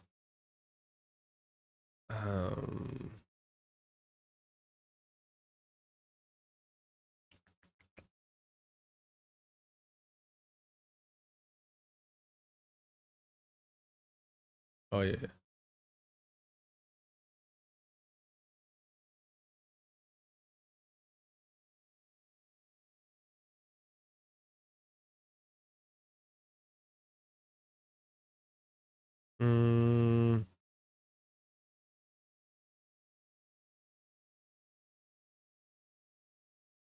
Let's see. Let's try this. 47:15. 47 and 15. Let's try this. Man.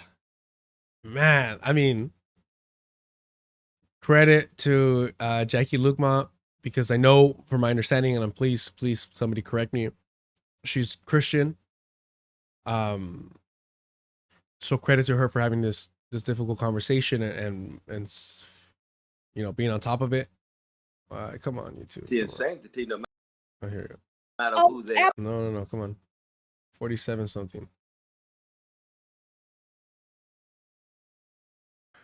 Is that when, yes, it's not a matter just of your behavior changing. It's a We got different Even heard about. Would that be your argument? folk in regard to Hamas. Hold on, because I think it's Kamal F. Franklin that asked the Nat Turner question. 47. Okay, let's start here. Change my views about a Palestinian life has less value than Israeli life. I haven't changed my views about blood. Jesus. All right, let's go back a little further. Let's go back. I cannot take up too much time on this, but we have to look over this. When was this? I might have missed. Yes, this was 1 year ago. 1 year ago, when he was running for president. This for me, I was like, I fucking threw my hands. I was like, all right, whatever. Like, I just can't. I can't continue to turn a blind eye and to Dr. West shortcomings and allegiance to maintaining peace with white supremacy. with your perceived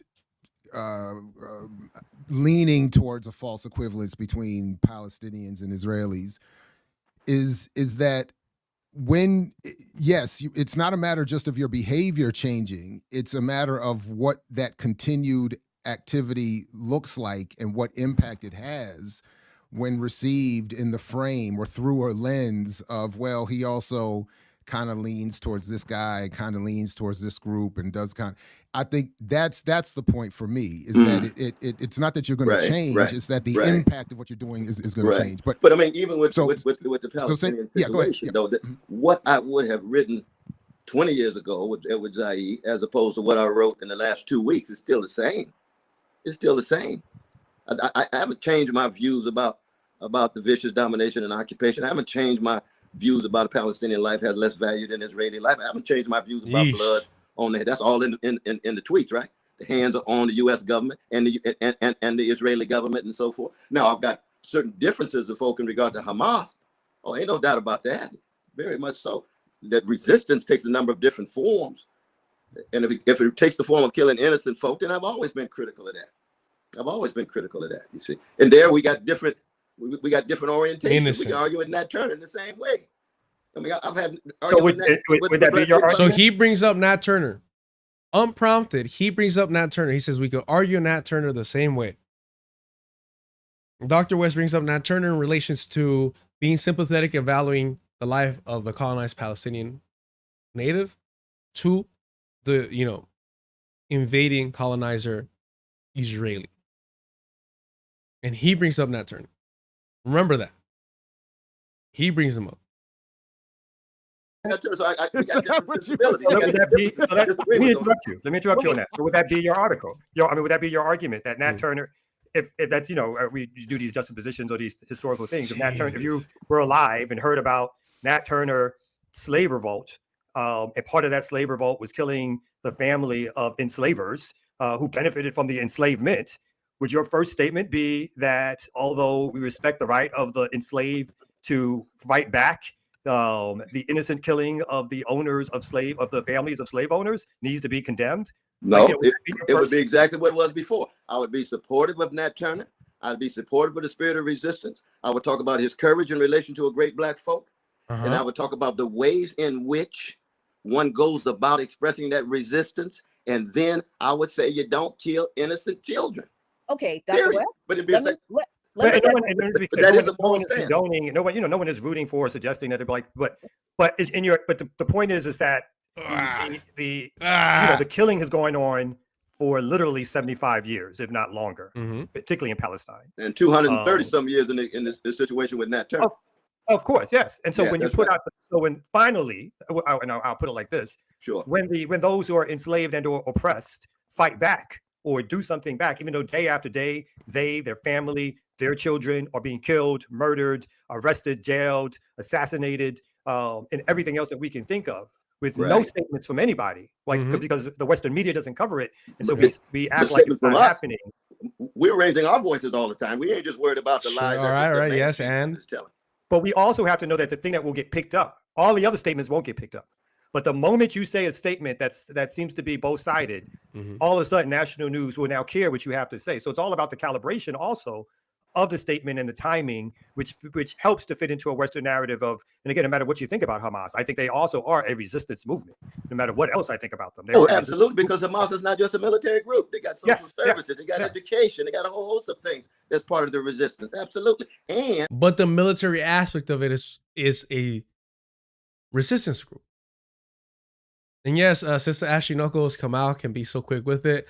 Look, Kamal plays a lot, and I'm grateful and I enjoy his presence on streams. It's hilarious.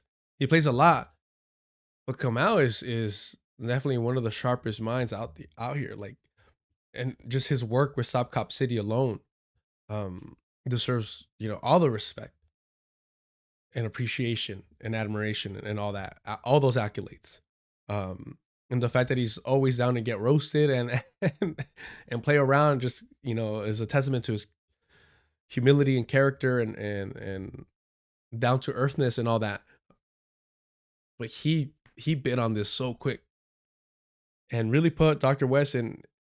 Well, Dr. West put himself in that situation, and Kamal made sure that we're going to hold him to it. And it's like ANC. I mean, I'm not a pacifist. I believe in just war. I believe you kill combatants. I believe you blow up property the way the Spirit of the Nation did with Mandela and company and so forth. But when it comes to killing innocent children, there's got to be a moral dimension. People say, well, now, Brother West, all of a sudden now you both sides. Ain't no both sides at all. I'm already standing on the side of resistance. Ain't nobody going to push Bishop Tutu out because he brings that issue up and he's a both-sider. No, we got to teach the younger generation that this ain't no both-sided perspective. Just because when the you say this IDF kind of thing, and slave masters line up in a fair fight. Different for the freedom fighters. Okay. Okay, Dr. West, I take issue. And what Dr. Ball was going to say that, and really, we're being honest, Dr. Ball was the instigator here. I don't know. Maybe.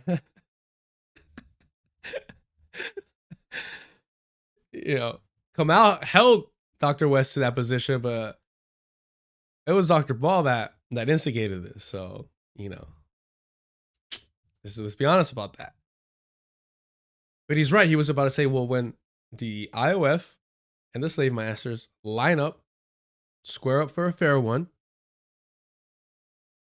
cool. But that's not the case. And not only that, but you're acting as if they're not targeting the children of Palestinians, that they weren't targeting African children. And I said this before, and it makes people uncomfortable. The purpose and the goal of a settler colonial project is to have more people. So they push forward having large families to occupy more land. And literally, quite literally, every new mouth takes away from the feeding, from the well-being, from the health, from the safety of every Palestinian. Old, young, woman, child, men, combatant, non-combatant, anyone. Every new colonizer, whether they're coming from abroad or they're being born in the settler colonial project, is taking away from the well-being and safety and the space, literal fucking space and land, literal fucking resources from the indigenous population. So whether they're conscious of it or not, they're contributing to the displacement, the ethnic cleansing, and the extermination of the indigenous people. With the idea that innocent. In other words, don't have kids when you're actively colonizing an indigenous population. Don't have kids when you're actively setting up a settler colonial project. Just an idea. If you're worried about the children, maybe don't put them in harm's way. Maybe don't put them in harm's way. Because for the Palestinians and any indigenous group, their children are going to be purposely targeted. Purposely targeted. Don't let these fucking white people forget what they do to children. To indigenous children, black and brown. Do not let them forget what they've done repeatedly and celebrated the massacring of children. That they would use black children to feed fucking, what was the crocodiles or alligators? Let's not forget about that shit. People Yes. were killed because in a settler colonial project, settler colonialism is by definition a violent genocidal process. And we know this because here we are sitting on literal stolen land right here. That's in right. This That's right. raggedy country. And so when we look at the settler colonial project in this country, when the Europeans were given an invitation by the government of this country that had cleared away, genocided, ethnically cleansed many of the indigenous people who were on this land and offered them an invitation to come and just stake your claim in the land that is, it's free and clear. You just pay this little bit of money, you get a deed and it's yours. Are the people who came here at that invitation of a genocidal government that but was still in the process of committing genocide against the indigenous people, were the people who came here and participated in that genocidal settler colonial project, were they innocent? Especially when they came in contact with what was left of the indigenous people, still trying to fight for their sovereignty and their land and their self-respect and their humanity and their self-determination. And what did those European settlers do?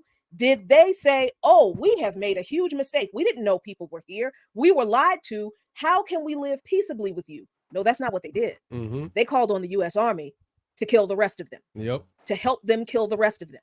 The exact same thing is being done in Palestine with the illegitimate government of Israel, where people who have never set foot in Palestine, their families have never set foot in Palestine, were invited by a government that was propped up by U.S. imperialism and is defended by U.S. militarism to this day, as we see it playing out. And they tell these people, because you are of a particular religion, this is your country, you have a right to come here, and never mind all of those pesky Palestinians who are here that we have walled off in a prison and are holding in a concentration camp. And not only do you not have to worry about them and the fact that they were here first, but you are given carte blanche to abuse them to the point of murdering them, stealing their homes, absolutely, killing their children, I'm with you, doing all of that. So the question. I love this so much because Jacqueline Luqman starts like giving a fucking lecture.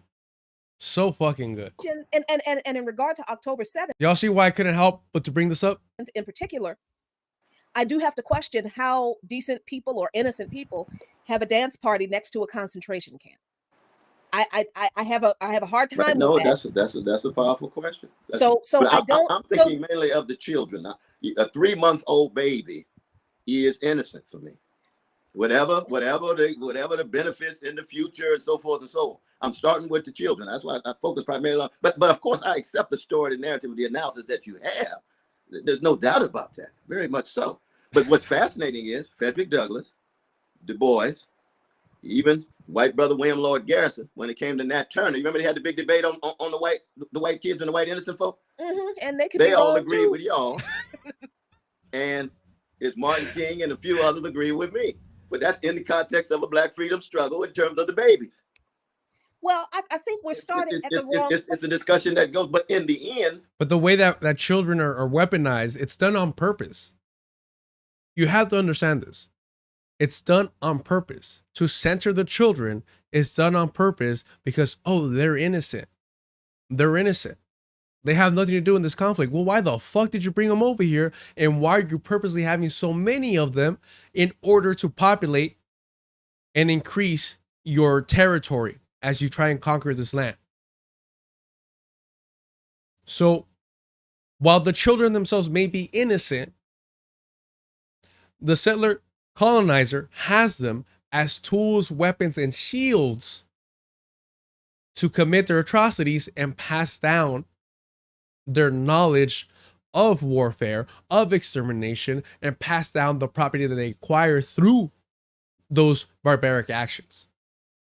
So they are an extension, the same way that a gun is an extension of a settler colonizer. They are an extension of the settler colonizer, and that made be uncomfortable for you and that is completely unfair to the child, but it is child abuse the way that they treat them. But they do that on purpose. They have those large families for a reason. It's to occupy space, land, and to pass down those colonial knowledge and practices. I wish I could say more, but we'll leave it like that.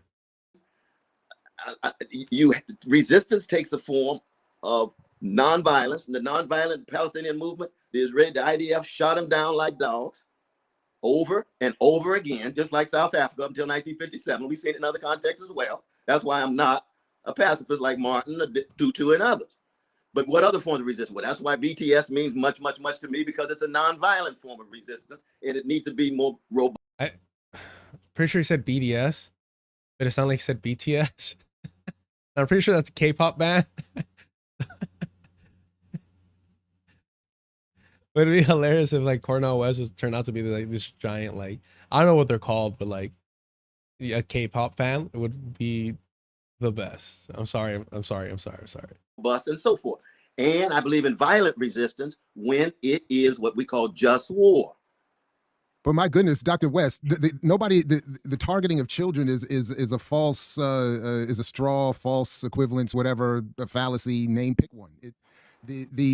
The safest thing for Israeli and historically white children is not to be the children of colonizers and enslavers. Yep. So I mean, you know, so but they got to grow up to make a choice to go okay, against their daddies and mommies. Right, but they are innocent. But as they're growing, what do they require? They require safety. And how are they made safe? How are the children of colonizers made safe? By displacing and ridding yourself of the indigenous population. That's how you secure the safety of white children. I recommend everybody go check that one out. But we got to get back to the main one. I'm sorry. I even watched a little bit more than I wanted to, but it's such a great conversation. I'm not sure if I think he did come back after this, but it was just to talk about music with the ear doctor and Bernadette Kim Brown. I forget who else was there. Maybe Dr. Bob was in that conversation, but it was strictly just about music, not about politics. I don't know if he came on after that, but I'm willing to be corrected. So yeah, Piers Morgan gets upset that Dr. West was unwilling to listen to this like Christian white nationalist. Of Charlie Kirk has been appropriate. Oh, they pulled up Destiny's tweets? Is that who it was? Been quite active on social media since Charlie Kirk's death. When Erica Kirk posted Charlie's coffin, you responded, she tagged him, brackets crying face emojis. In response to Alina Haber's tweet. I fucking hate, man. Like I'm the person to say I hate when people are can be funny. I don't think he's always funny. But talking to him like an animal, he tagged him. It's all right. Ordering people to fly their flags at half-mast in memory of Charlie. You posted on X buying flags and poles just to fly them fully erect. And you then posted yesterday ending every conservative debate call out I do in 2026 with don't dodge, bro. That's not what Charlie would have wanted. Oh my God. Yeah. IT. Fuck this guy, bro. Fuck this guy. I mean, do you think that your response to the cold-blooded murder of Charlie Kirk has been appropriate? Yes. I think that the only way this country moves forward into a better world is when conservatives can finally realize that they need to turn the temperature down on their side. We are 10 years into whatever this Trump madness is, and there is not a single mainstream conservative that will call for a lowering of the temperature on their side. I think that liberals need to wake up and finally realize that if they're not willing to do it, it will never come down. If you wanted Charlie Kirk to be alive, Donald Trump should have been president for the second term. Every time he's in office, this... Can't stand him, but he's correct. Mickey makes mistakes. Hey, fascist catch. Understand that these are like right-wing memes. These are Groyper kind of slogans used ironically, right? It's very similar to, and it's frustrating how people forget, like, because it became popular. I understand not being in touch with, and I'm not by any degree with those spaces, but at least understanding some of the memes when they were doing the OK sign, and it was the W for white and then the P for power. When they were doing, they were holding it like this, right?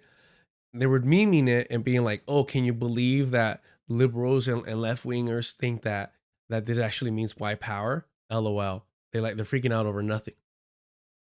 But then they kept doing it because it was a meme, it was a joke. They think this means white power, but all the people that support white power were doing it. So whether you're being sincere or not, whether you're being ironic or not, at the end of the day, it's still a white supremacist slogan or still a white supremacist symbol. It's still all that.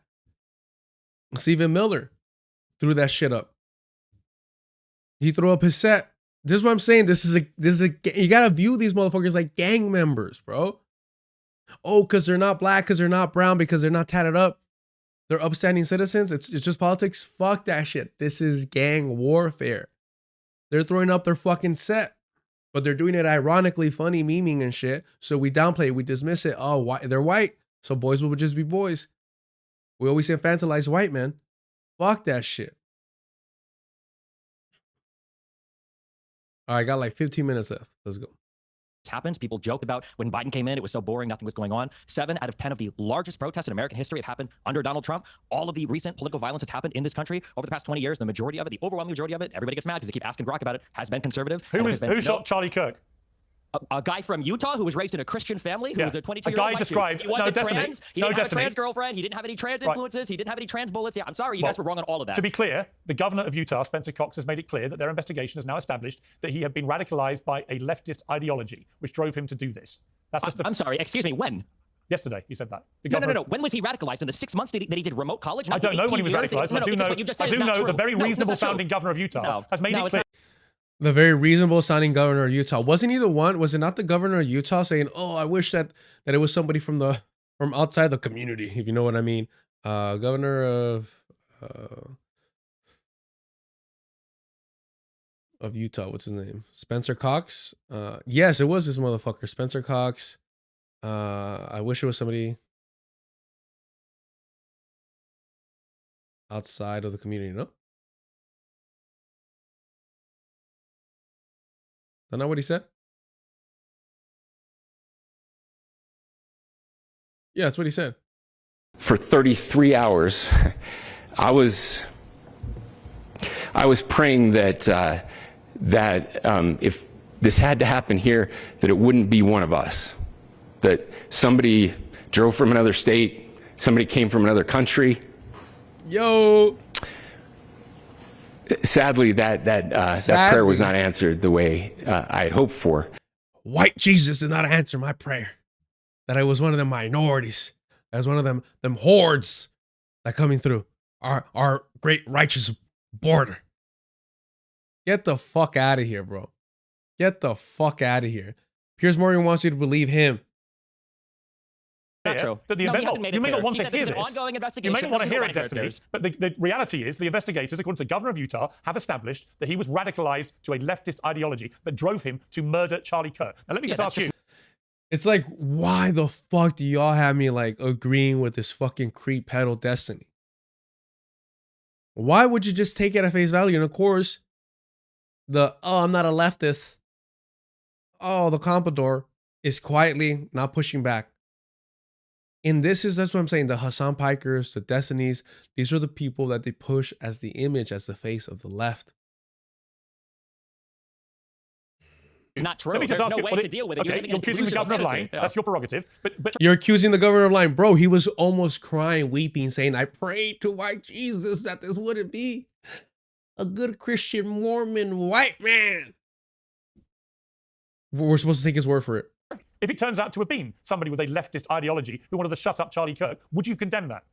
I won't condemn anything until the president of the United States can go on air and say, all of us need to calm down. So you won't condemn the murder of Charlie Kirk until Donald Trump says something. I'm a YouTuber. Leftists and Democrats have been condemning and turning down the temperature, condemning violence, turning down the temperature for a decade. Donald Trump can't go on TV and say, all of us need to calm down. Right. Can you tell me why he cannot? Why would you expect anybody, Destiny? You can't answer that. Can you answer that question? Why can't Can Trump you answer this question? All of us should be less violent. Why do you think? Say that? Why do you think? Why is your behavior contingent on Donald Trump? Now she fucking speaks up. Now she fucking speaks up. When Piers Morgan was spreading the lies and misinformation that the Utah governor that was crying because it wasn't a fucking minority, because it wasn't an illegal, because it wasn't a trans person, it was a good white Christian boy that took the shot. She was quiet as a fucking church mouse. Quiet. Quiet.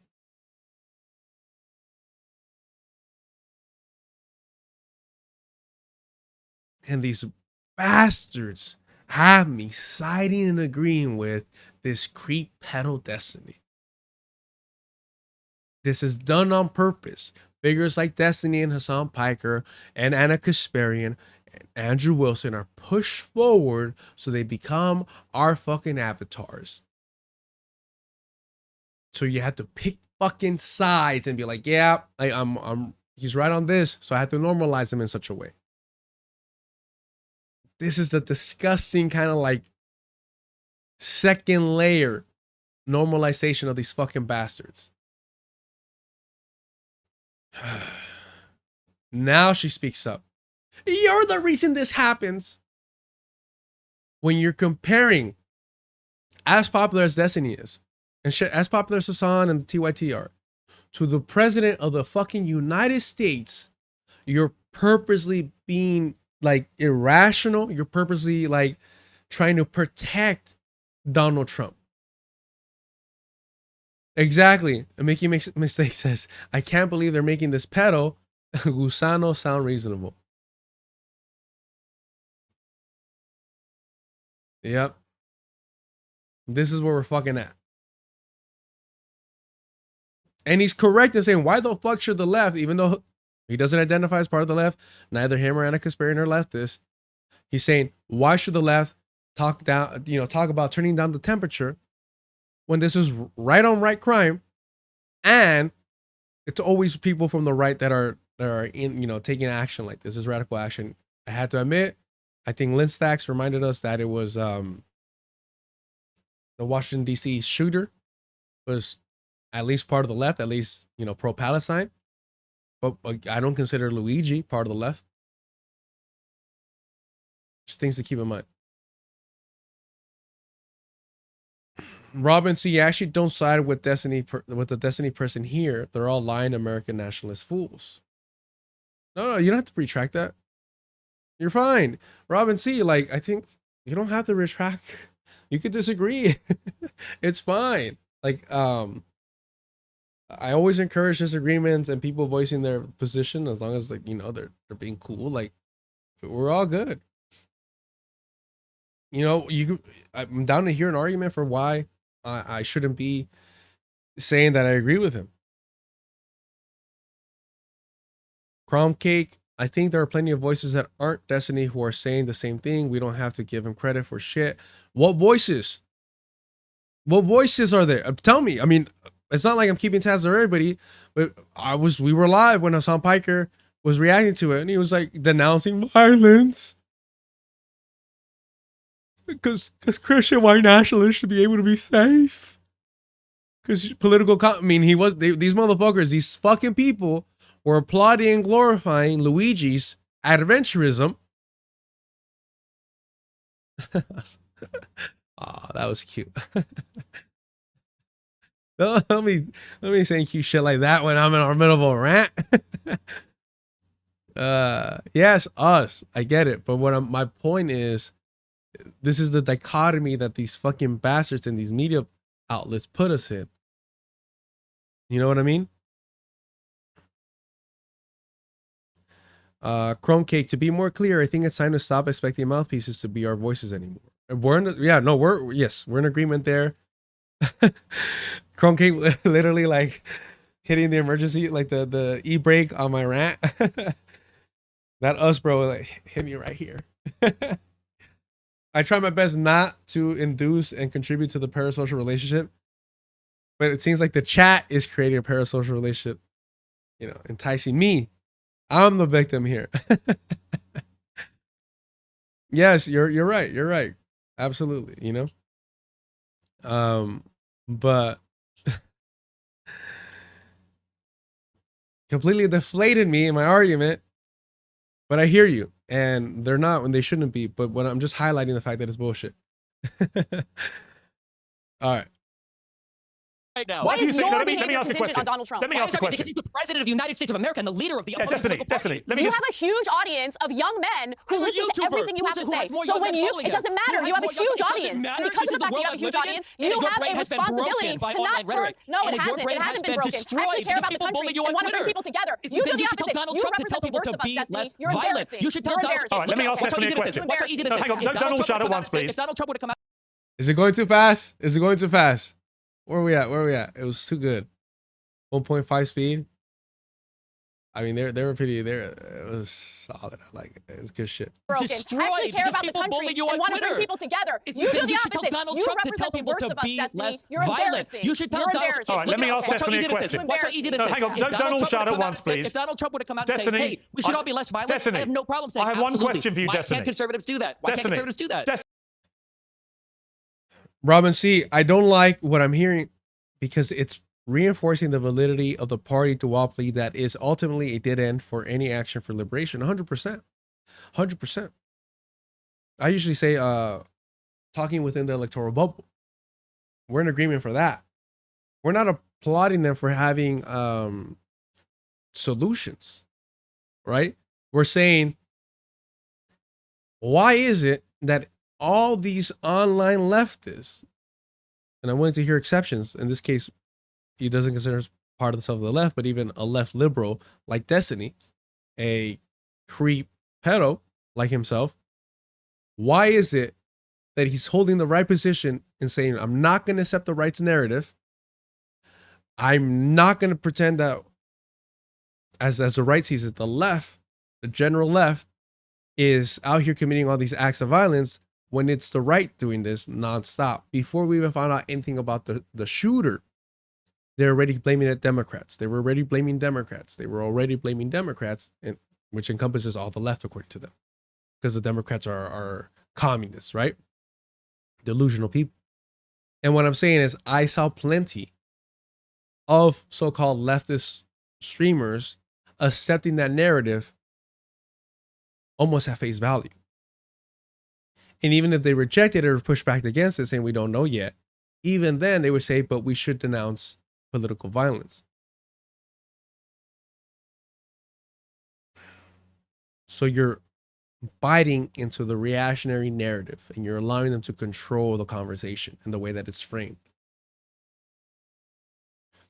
Sister Ashley Knuckles, no, this is all YouTube. This is glorified TV. Like Piers Morgan is a fucking loser.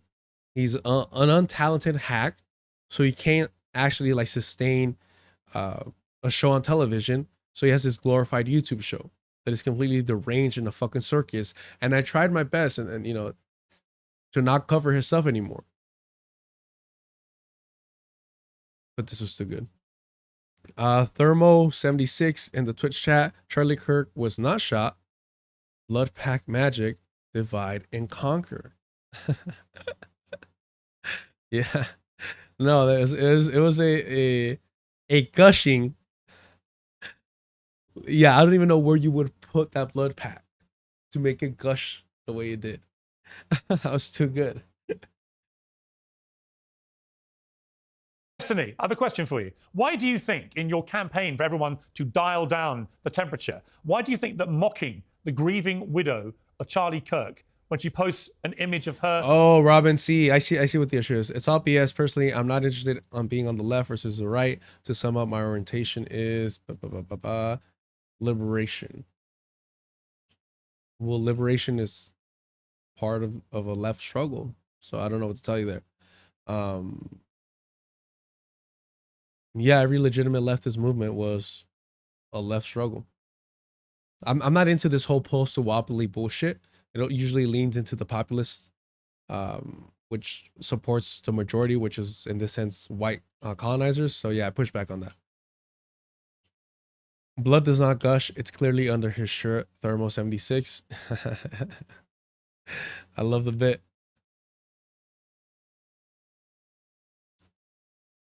Yipper99 Dawn. Deculturation washing this is the reason you're not getting better. Don DD Don deculturation. Dogzilla, hello deculturation. I am transgender and a pet store owner from Fresno.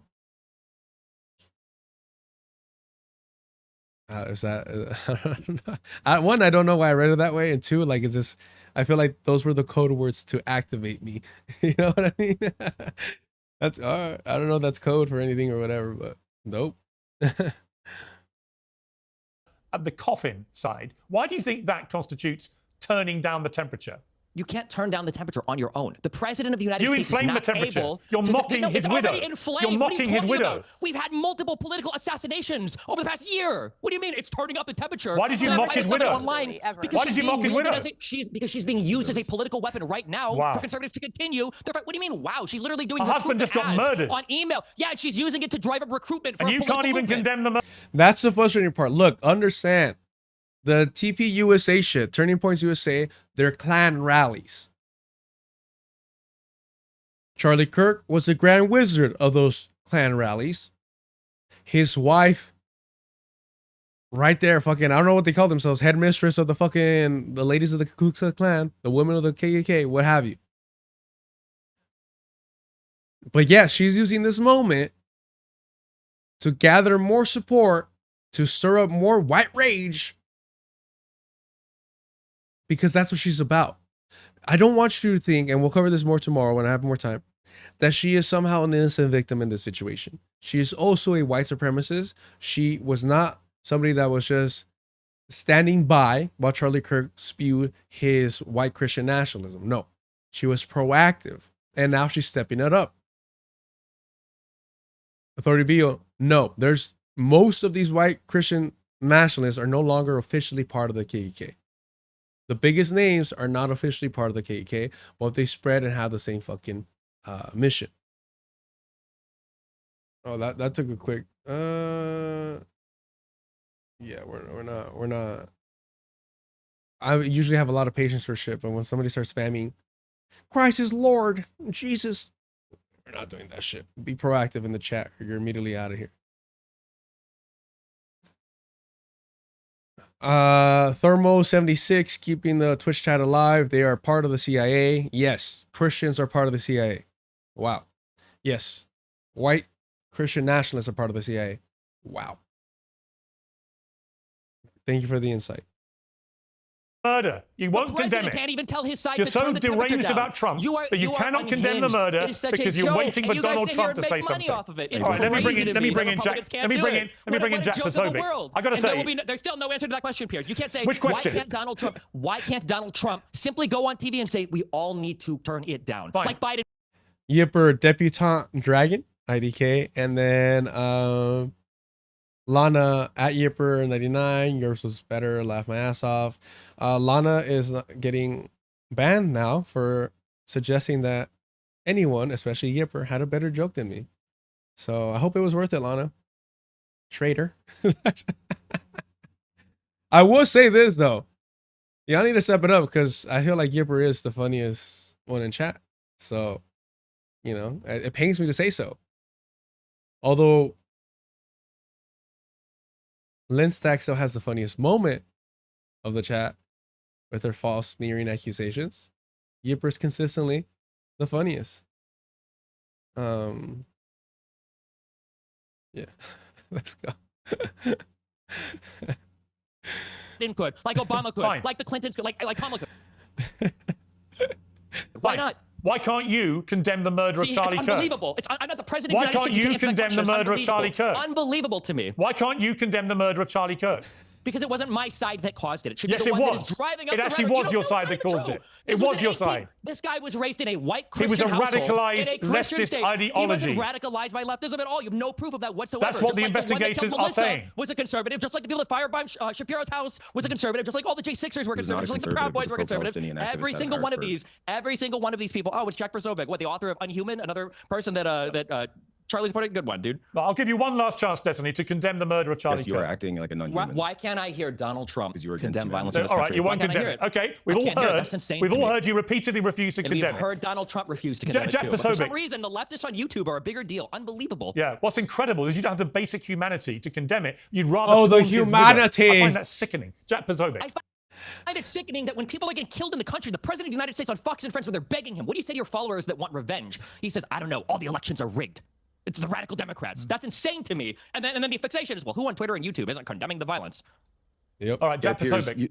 You have a great example here of the type of cancer I'm talking. Yeah, he wrote a book called Unhuman. I don't want to hear him talk. He's so fucking boring.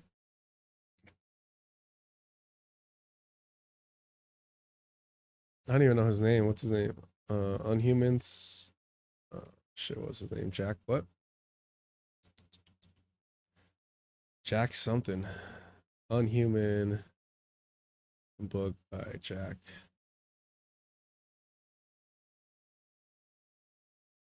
Unhumans, The Secret History of Communist Revolutions and How to Crush Them.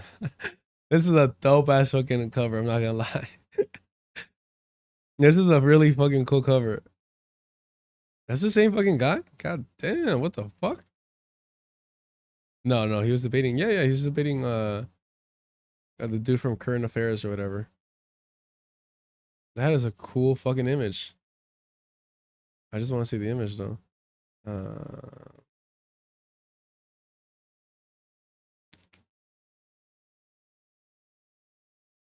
That is fucking badass. Look at this. Jack Posobiec. And he couldn't even write by himself. Joshua Lissick. Unhumans. The Secret History of Communist Revolutions and How to Crush Them. Forward by Stephen K. Bannon. This is fucking cool. I love this. That's badass. That's hilarious. New tattoo idea, chat? Oh, man. But I've noticed that anti-communist propaganda is usually really fucking cool looking stuff. Yeah, exactly. Yeah, Mag, exactly. Literally just took the words out of my mouth. Anti-communists don't make communism look cool as hell challenge. Impossible edition. Yeah. This is like a anti-fascist death squad symbols over here. It's like, okay, thanks. Robin C. No, look, I hear you in terms of a lot of these white liberals don't actually support decolonization and liberation movements. That's correct. However, those of us in the global majority, black and brown, I like mix black and brown, but black and brown liberation leaders are predominantly part of the left, or I would say almost wholly part of the left. So just don't let these white fucking rat libs, cowardness, spinelessness, turn you away from left, like actual socialist, communist, principles, teachings, ideology. But yeah, man. Wait, whoa. Is he the one that used Parler? Get the fuck out. Stop. Let's see. Oh, he owns it. Sorry. Okay. I don't fucking know. Oh shit. I actually do gotta go. God damn it. I do gotta go. Yeah. All right. I appreciate y'all. Tomorrow we're doing a longer stream. I'm gonna be on a little bit early. I'm trying to get on at least later, no later than 7, but I'm aiming for 6. And then we could really spend our time doing the thing. Appreciate y'all for being here. Thank you for putting up with my attitude to begin with the stream. If you haven't already and you're sick and tired of these tasteless, blandless, unseasoned, non-spicy Wonder Bread tubers, go ahead and subscribe. We don't put up and coddle white people here. We don't align with and cry for and normalize white supremacists. We don't want peace with Klansmen. We don't do that around here. All right. We're principled in our position to white supremacy and Christian nationalism. And we dance on the grave of these colonizers. Like Glenn Ford said, organize with eyes wide open. Yastu.